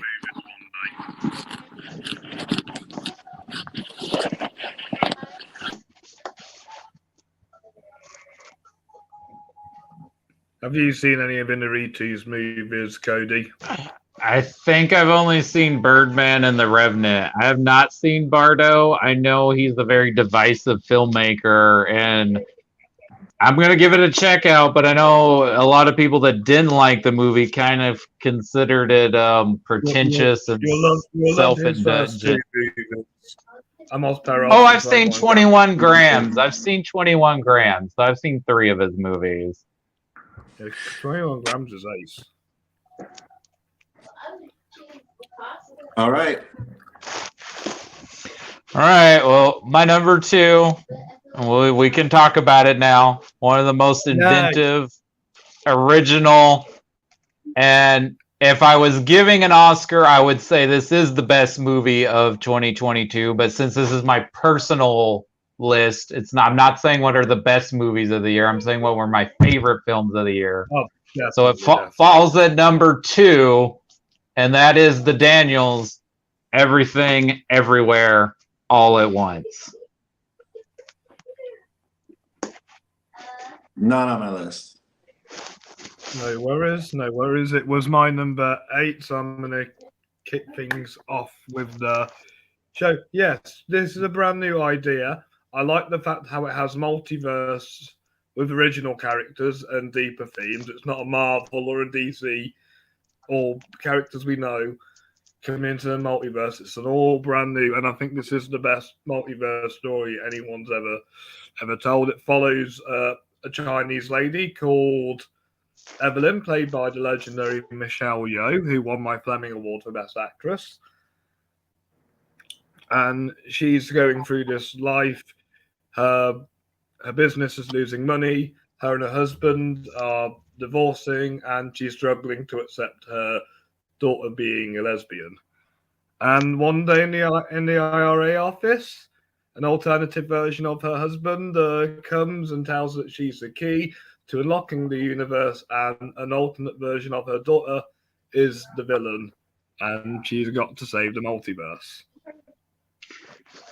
Yeah, this movie is part Matrix, part a Wong Kar-wai movie, part a relationship between a mother and a daughter and a family story mixed with this fantastical sci-fi comic book element that we are seeing more and more. But this is definitely the best multiverse movie, not just of 2022, but maybe of all time. I guess you could put Into the Spider-Verse right below it. Yeah. But yeah, Ki-Hu Kwan, I'm glad he came back to act. He's amazing in this movie. He's winning the Oscar. He is. I'm glad they nominated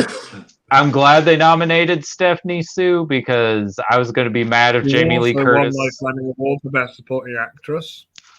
And not that Jamie Lee Curtis is bad. Jamie Lee Curtis actually gets to be in one of the funniest bits in the movie, but it would have been criminal if they didn't nominate Stephanie Sue. We get the legendary James Hong actor in here doing a lot of fun.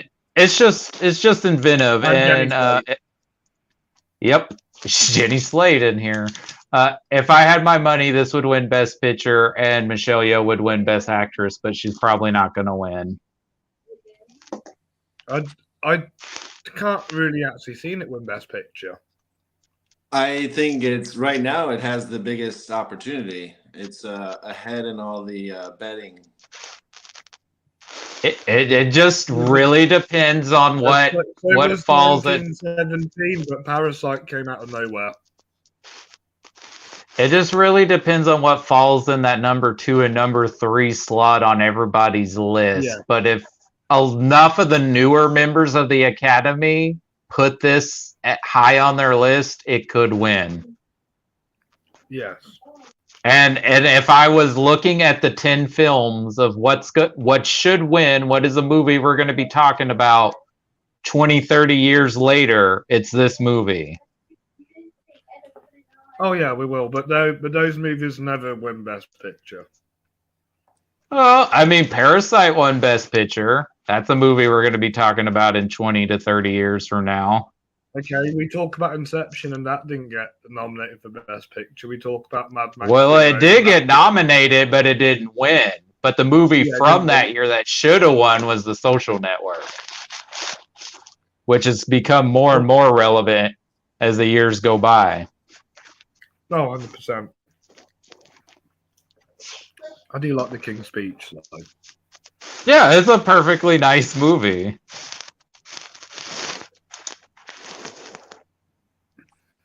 Also an A24 film, which tops the Oscar nominations this year. It beat out Netflix overall. Do you guys know any other A24 movies that have won or have been nominated for Best Picture? I don't think any have won, have they? Moonlight has Did won. Moonlight at A24? Moonlight, yes, nominated and won. Yep. Room, nominated. Lady Bird, nominated. Minari, nominated. Tragedy of Macbeth, nominated. Not for Best Picture, though. No, not for Best Picture. But yeah, this is big for A24. It's their highest grossing movie. Yeah. Yeah, it's really well done. I mean, the costumes and the action and the editing are just phenomenal. And it's super, super weird. But yeah, just like Banshees, this is the top 4 actors all got nominated for their performances. The Daniels got nominated, and it's up for Best Picture, nominated for 11 Oscars. That's the one thing that might hurt it, is that it has the most nominations. And in recent Oscar history, whatever that movie is, it usually doesn't win Best Picture. Irishman. Yeah. $25 million budget, worldwide gross $106 million, 8.0 on IMDb, sitting at 95% on Rotten Tomatoes, 88% audience score, and 26 overall for 2022. Nice. All right, Rob, let's hear it. What's your number My one? number one. Okay, I've not spoken about animated films all this, but my number one was an animated film. Granted, it is a story we have seen thousands and thousands of times before, but thanks to his legendary filmmaker, Mr. Guillermo del Toro, we finally got to see his version of Pinocchio, and I absolutely loved it. Tell us about it. So in this version, it's set in fascist Italy. Geppetto lost his son during World War One, and like mourned about it for years, and started like drinking. And then one day he just decided to make a boy out of wood with a that was the home of a talking cricket. And Pinocchio was casted and then brought to life by the Wood Sprite, voiced by Tilda Swinton, who is phenomenal in this film. I just love just shutting my eyes and just hearing her beautiful voices as these two fantastic characters, the Wood Sprite and her sister Death. The voice acting cast alone is just phenomenal. You have David Bradley, Mr. Filch from Harry Potter himself, phenomenal as Geppetto, and doesn't put on an Italian accent like a Tom Hanks. Christoph Waltz is great. Kate Blanchett's great as the monkey, and this was the part she was offered when she really wanted to be in this film. Gregory Mann also does a really good job as Pinocchio. Finn Wolfhardt's great. Tim Blake Nelson's great. John Turturro's great. Blake Burn Gorman's great. And Ron Perlman is always great in a Del Toro film. The animation is spotless. The musical numbers are forgettable, but there is one musical number I love where he takes the piss out of Benito Mussolini, and it's on the. Did you know the guy who voices SpongeBob SquarePants is Mussolini in this? And his bodyguard as well. Tom Kenny. Yeah. Yeah. Yeah. Honorable mention for me. Same. Yes, It's beautiful animation. Beautiful. It's stop motion animation. It was the year for that, and it's definitely going to win for best animated feature. It's just so great. It's already winning animation awards. Guillermo del Toro is just going to keep collecting. Doesn't have a big budget or box office because it was a Netflix release. If you get a nomination, do you get a plaque or something? No, I think you just get to be able to I think you just get to be on the nomination committee from then on. You're now a member of the Academy. Right. Yeah. $35 million budget. Worldwide gross, though, is only $109,000. Again, it was a Netflix release, but the production and design in this movie is next to none. They had to not only build smaller, things to move around. Cody, I'm sorry. It's weird to think one of the doctors from Doctor Who is on the Academy. Is it? Yeah, Peter Capaldi won for a short film in the 90s. Yeah, why is it weird? He's an actor. It's just weird because none of the doctors have ever gotten Hollywood esteem. Well, I mean, him and Christopher Eccleston were already known actors, and now people know who David Tennant and Matt Smith are. Justin doesn't know who David Tennant is. I have no idea. He's probably seen him in something, but the film Pinocchio is a beautiful work of art. You can tell it's a passion project from Guillermo del Toro. There's an ounce of love in every frame of this movie, and he's getting his second Oscar. It's a different take on a story that we know and love, and that's why it makes it interesting. 7.6 on IMDb. What were you gonna say, Rob? Yes, I can see why it wasn't on your guys' list because you like more originality than I do. I do like originality, but I just saw this as an original reimagining of Pinocchio done right. It's an interesting take, and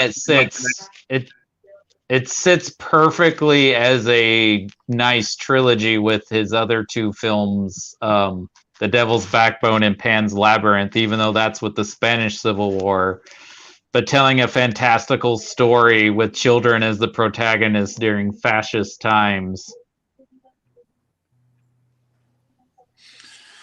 97% on Rotten Tomatoes, 91% of audience score. So if it's 97%, that means it's got to be high of the 2022 list, and it is with number 10. Yay. All right. My number one is just a flat out romp. Had such a good time. This movie is a huge epic, 3 hours long. Starts off with an elephant shitting in your face. my favorite opening scene ever. It stars Brad Pitt, Margot Robbie, Yes. and Diego Hey. Calva. Hey, Directed by Damien Chazelle, and this movie Hey. is Babylon. yay! Honourable mention, and is my fifth at the moment of my favorite 2023 UK release dates. Such a Yeah. fun movie, and Oh my God. God, the score rules. And actually, my favorite part of the movie, other than the filmmaking montage with her first day on set and them shooting that epic and them trying to get the shot before the sun goes down, is the Tobey Maguire scene. Yeah. You know he's supposed to be Chaplin, Charlie Chaplin. Oh, is that who he's supposed to be? Mm-hmm. Oh wow. Well, you know that guy at the beginning of the party is Fatty Arbuckle. Yeah. Or that's yeah. That's based off of real life stuff, apparently. Yeah, there was a whole rape scandal with him. Disgusting. He's so gross. Also starring Jean Smart, who was one of my favorite supporting actresses of last year. I thought she had a similar thing with where Angela Bassett had a really particular scene where she's getting into it with one person, one-on-one with people watching. But Jean Smart and Brad Pitt have a great scene where Jean Smart's just laying into him. No dogs or actors allowed. What's that? What'd you say, Rob? I said no dogs or actors allowed. Right. But this is just, I had so much fun. The 3 hours and 9 minutes felt like 20 minutes. I could have used more time in the party. And then, this is a movie where it's transitioning from the silent pictures into sound, and how difficult it was to do that, and just to try to figure out how to film. I mean, those scenes are just so fun and sad at the same time. I mean, people actually died making films, and they still do, but now it's definitely not because of lack of safety where we used to be. This movie is nominated for 3 Oscars. To me, it should have been up for Best Picture because of how of an epic film it was. Plus, it's based on Hollywood. Should be in Ana de Armas's space, in my opinion. Yeah, she's great, and I mean, Brad Pitt is just really finding himself as a great actor. We've always liked him because he's so charming and stuff, and he has some good roles and some great performances, but I really feel like he's starting to really hone in on what he's doing and how he's bringing it all together, because he was great in The Lost City, and he was great in Bullet Train, and then he's fantastic in Babylon. Margot Robbie and Brad Pitt were both given this script while they were filming Once Upon a Time in Hollywood. Oh wow! And Tobey Maguire is a big friend of Leonardo DiCaprio. Mm-hmm. So Leo was like, "You guys got to do this," and they ended up doing it, and it was so great. And you're right, the score is unbelievable. There's so many. There's only 2 or 3 scenes with zero music. Every other time it is just jam-packed, and there's a lot of different stories, but it all comes together and all means something. And I prefer Babylon to La La Land, but I prefer the ending to La La Land, if that makes sense. Yeah. 7.4. What were you gonna say? I was gonna say, I do really like when they are shooting that scene with Margot Robbie where they're transitioning to sound, and just how hilarious it is of them trying to get that shot. And did you guys know that that's Damien Chazelle's wife playing the director for those scenes? Yeah. Oh, cool. Yeah.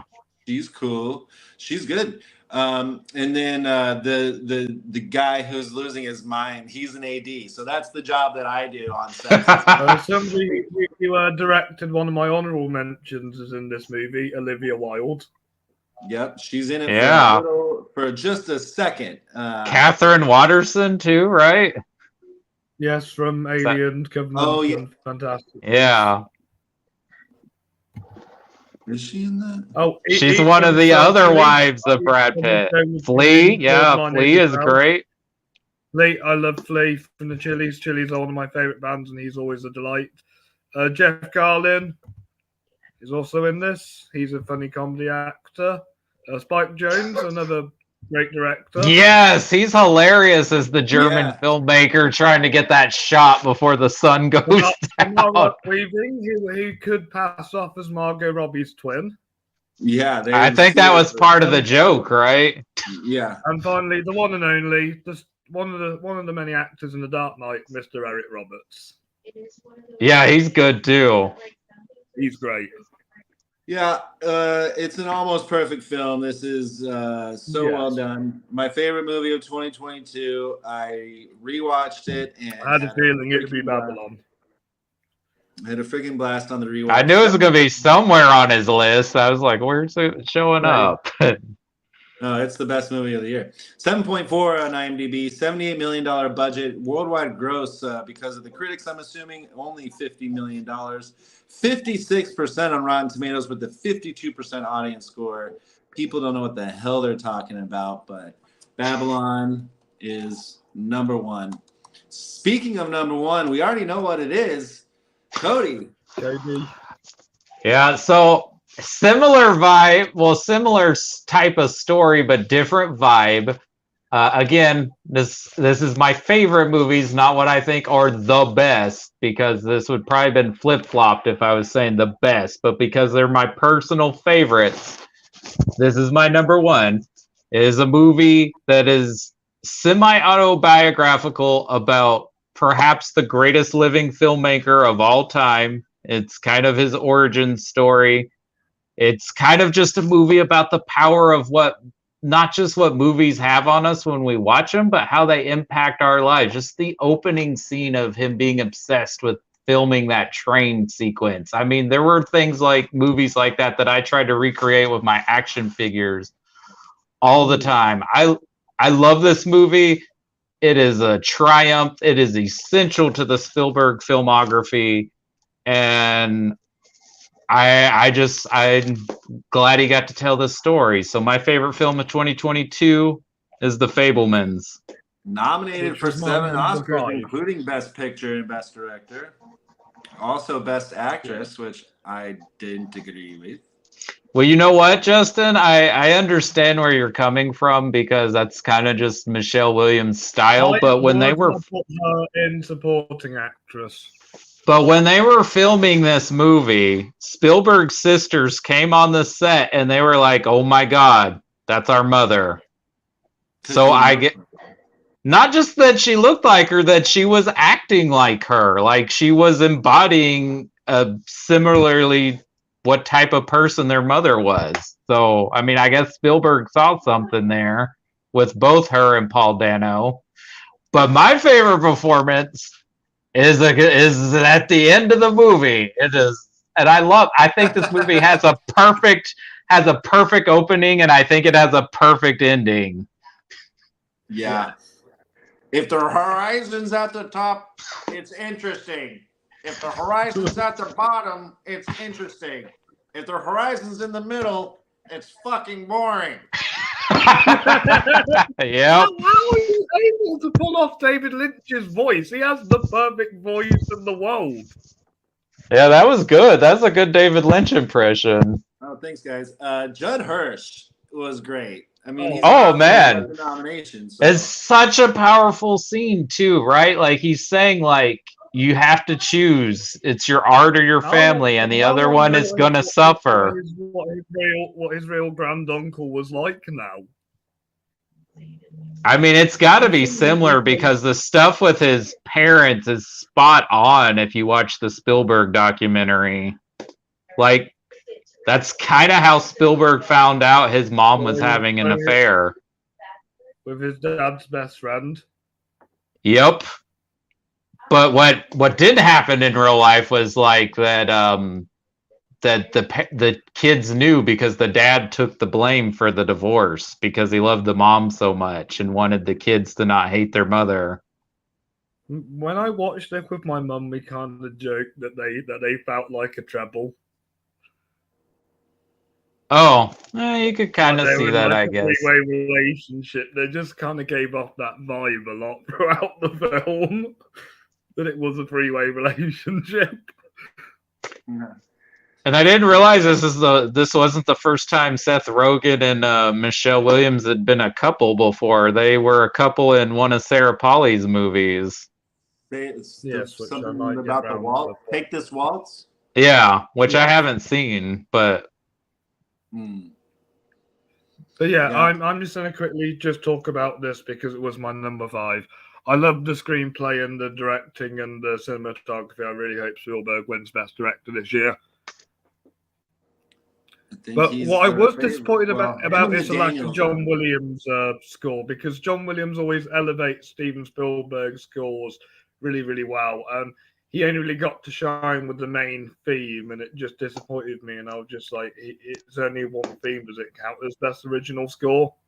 No disrespect to John Williams or Steven Spielberg. I kind of get it was more about the sound of the 50s rather than John Williams' score.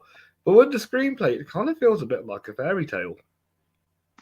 It does. And I think, this is one of the few films Spielberg actually has worked on the script. But I think it was wise of him to bring back Tony Kushner, who he worked with on West Side Story, Munich, and Lincoln to kind of help with that. That basically says all. That movies are great. My favorite parts of the movie is when we see him, the kid, actually like directing and stuff. And I just love that. Yeah. And that was the other thing about what's so great about this movie to me is not just that it's Spielberg kind of telling his life, but you're seeing other Spielberg movies kind of like the scene where he's talking to the kid playing the soldier. That's very much like, well, that's where Saving Private Ryan comes from. Mm-hmm. I didn't know Steven Spielberg was in the Boy Scouts, so that's very much a big part of why Last Crusade is such a personal story for him, besides the whole daddy issues stuff. Is like all of his movies, like Close Encounters, E.T., Schindler's List, Catch Me If You Can. These stories are connected to him in his life in some way. Do you think he's been accused of a crime before, like in Minority Report? No, I don't know if that one was really... not every movie. But I tell you what, out of the so-called 9/11 trilogy, even though Minority Report is not a part of that, I feel like that is the most spot-on post-9/11 movie.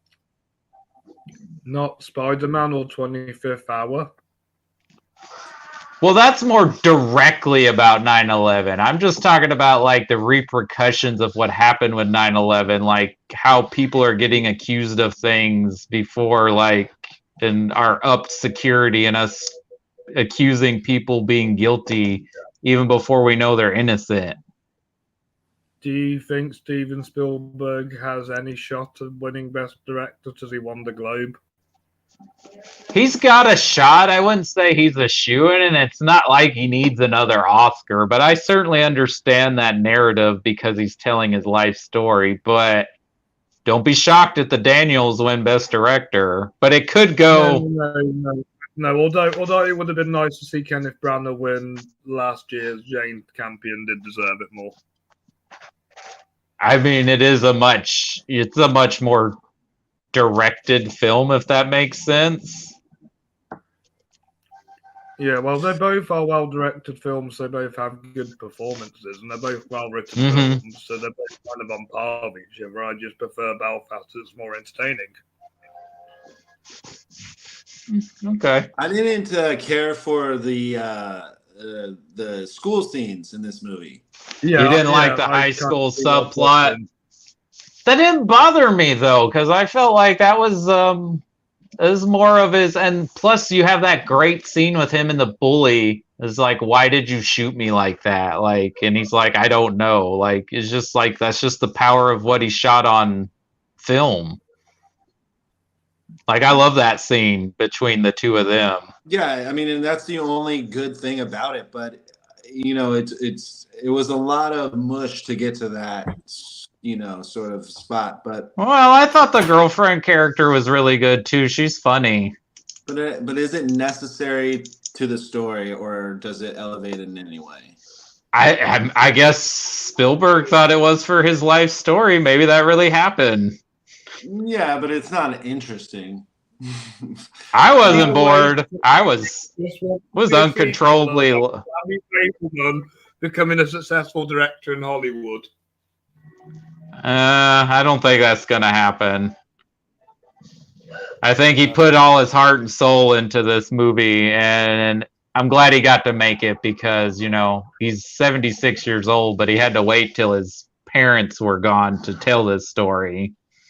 And they lived to quite an old age. He could probably be directing in his They were 80s. both in their 90s, and his dad just Yeah, so passed he- in 2020.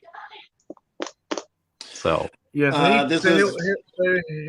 so he's got another 5 years left in him.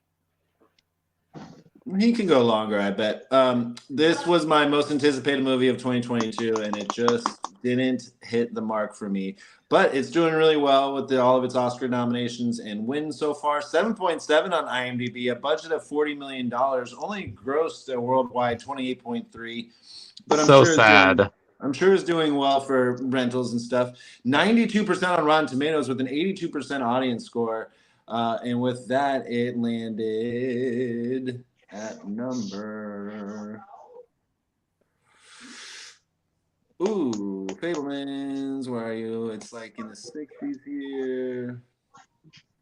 Oh, it for some reason it's not on here. It's sitting at 92%, but between 93 and 92, it's not on here. So I don't know why I didn't put it on here, but it's not. What was Strange. number one on the list?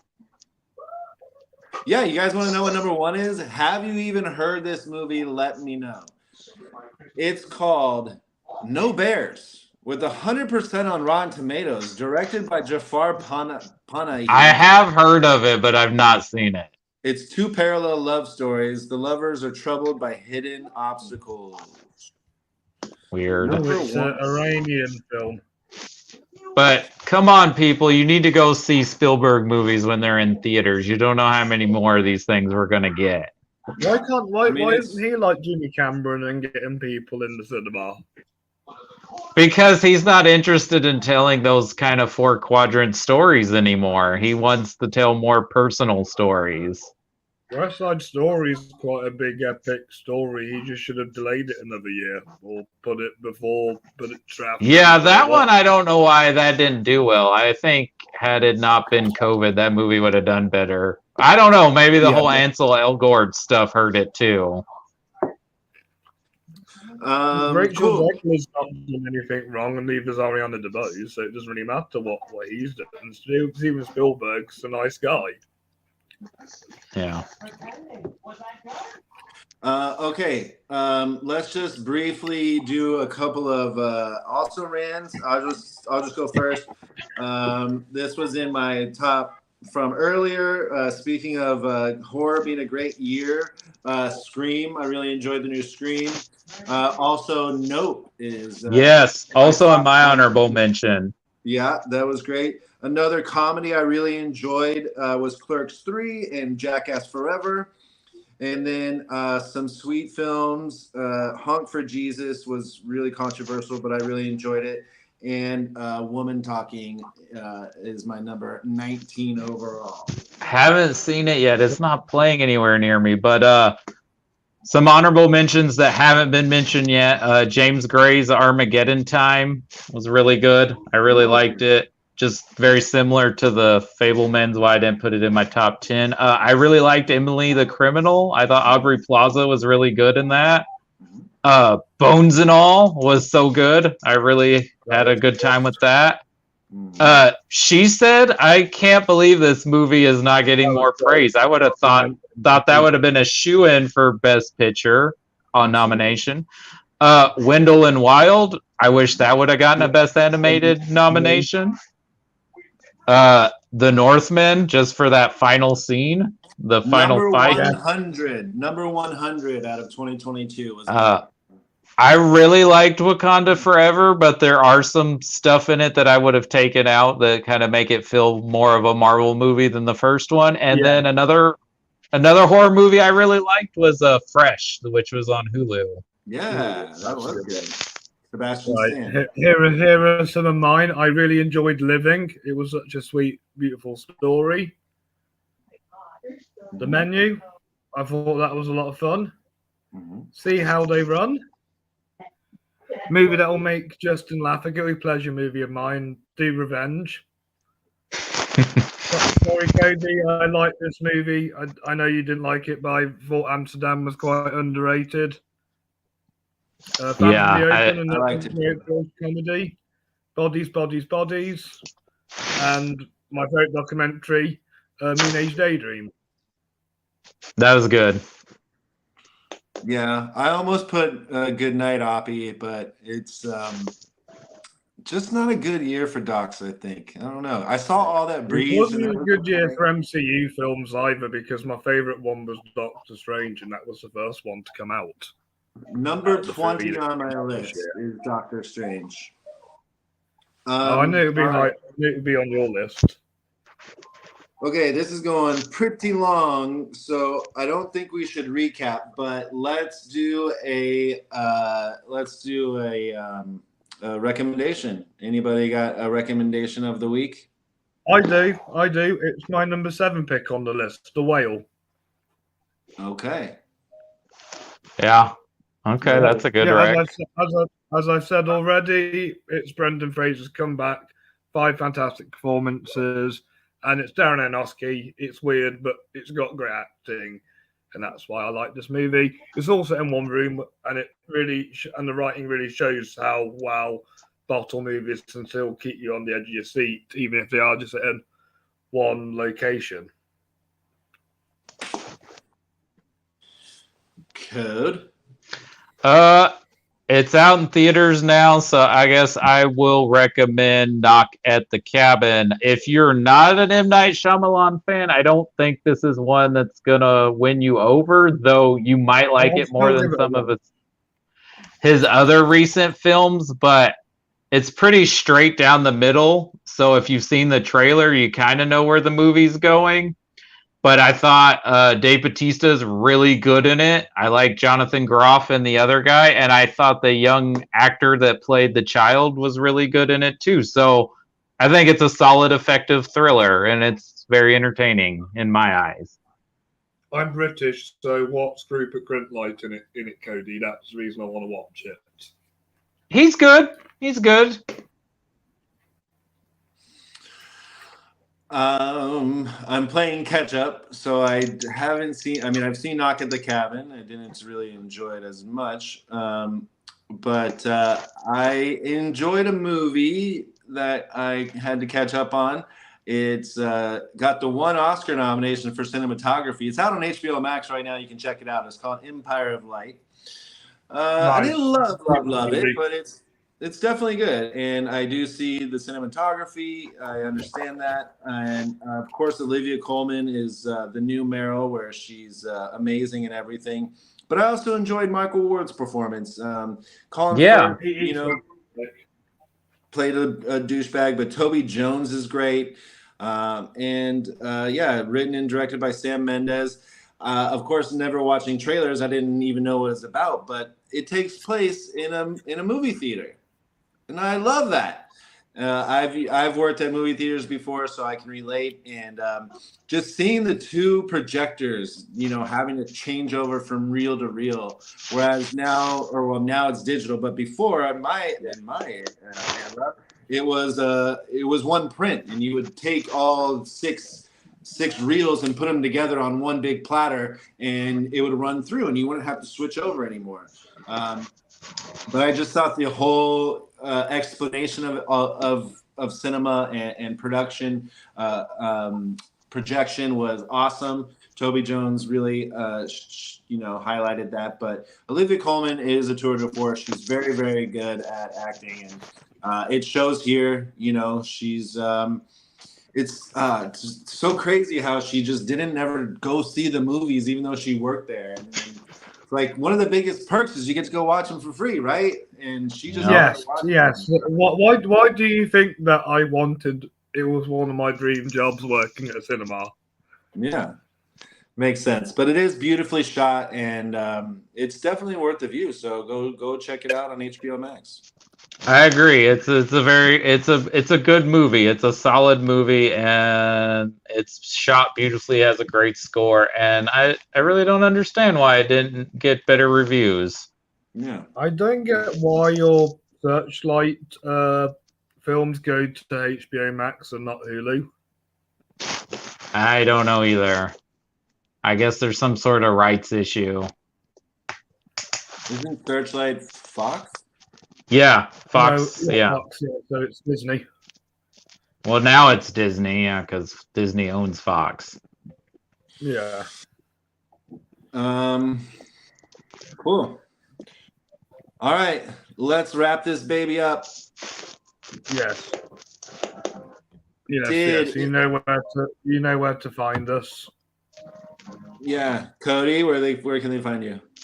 You can find me on Twitter and Letterboxd at FilmNerd85, and if you want to join Robbie and yell at me for my ratings of movies, that's where you can find me and tell me I'm wrong or right.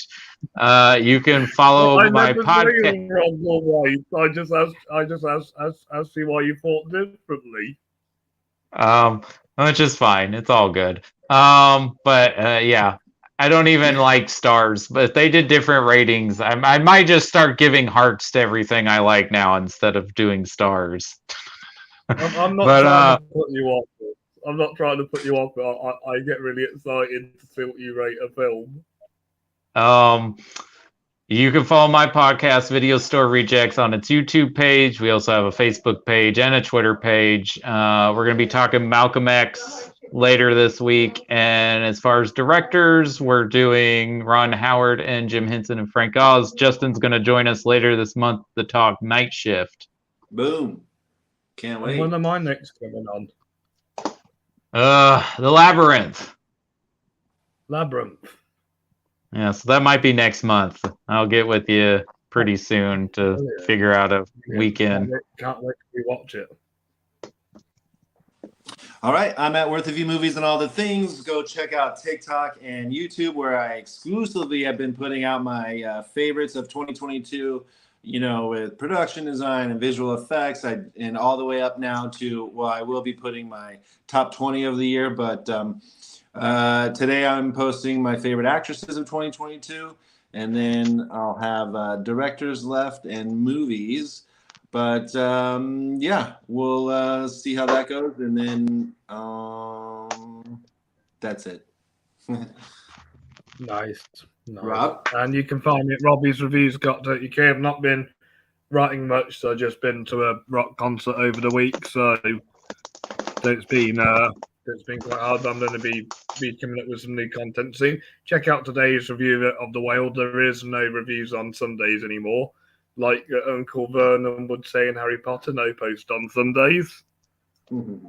But you can also find me on Facebook, Twitter, Letterboxd, and Instagram and TikTok. Boom.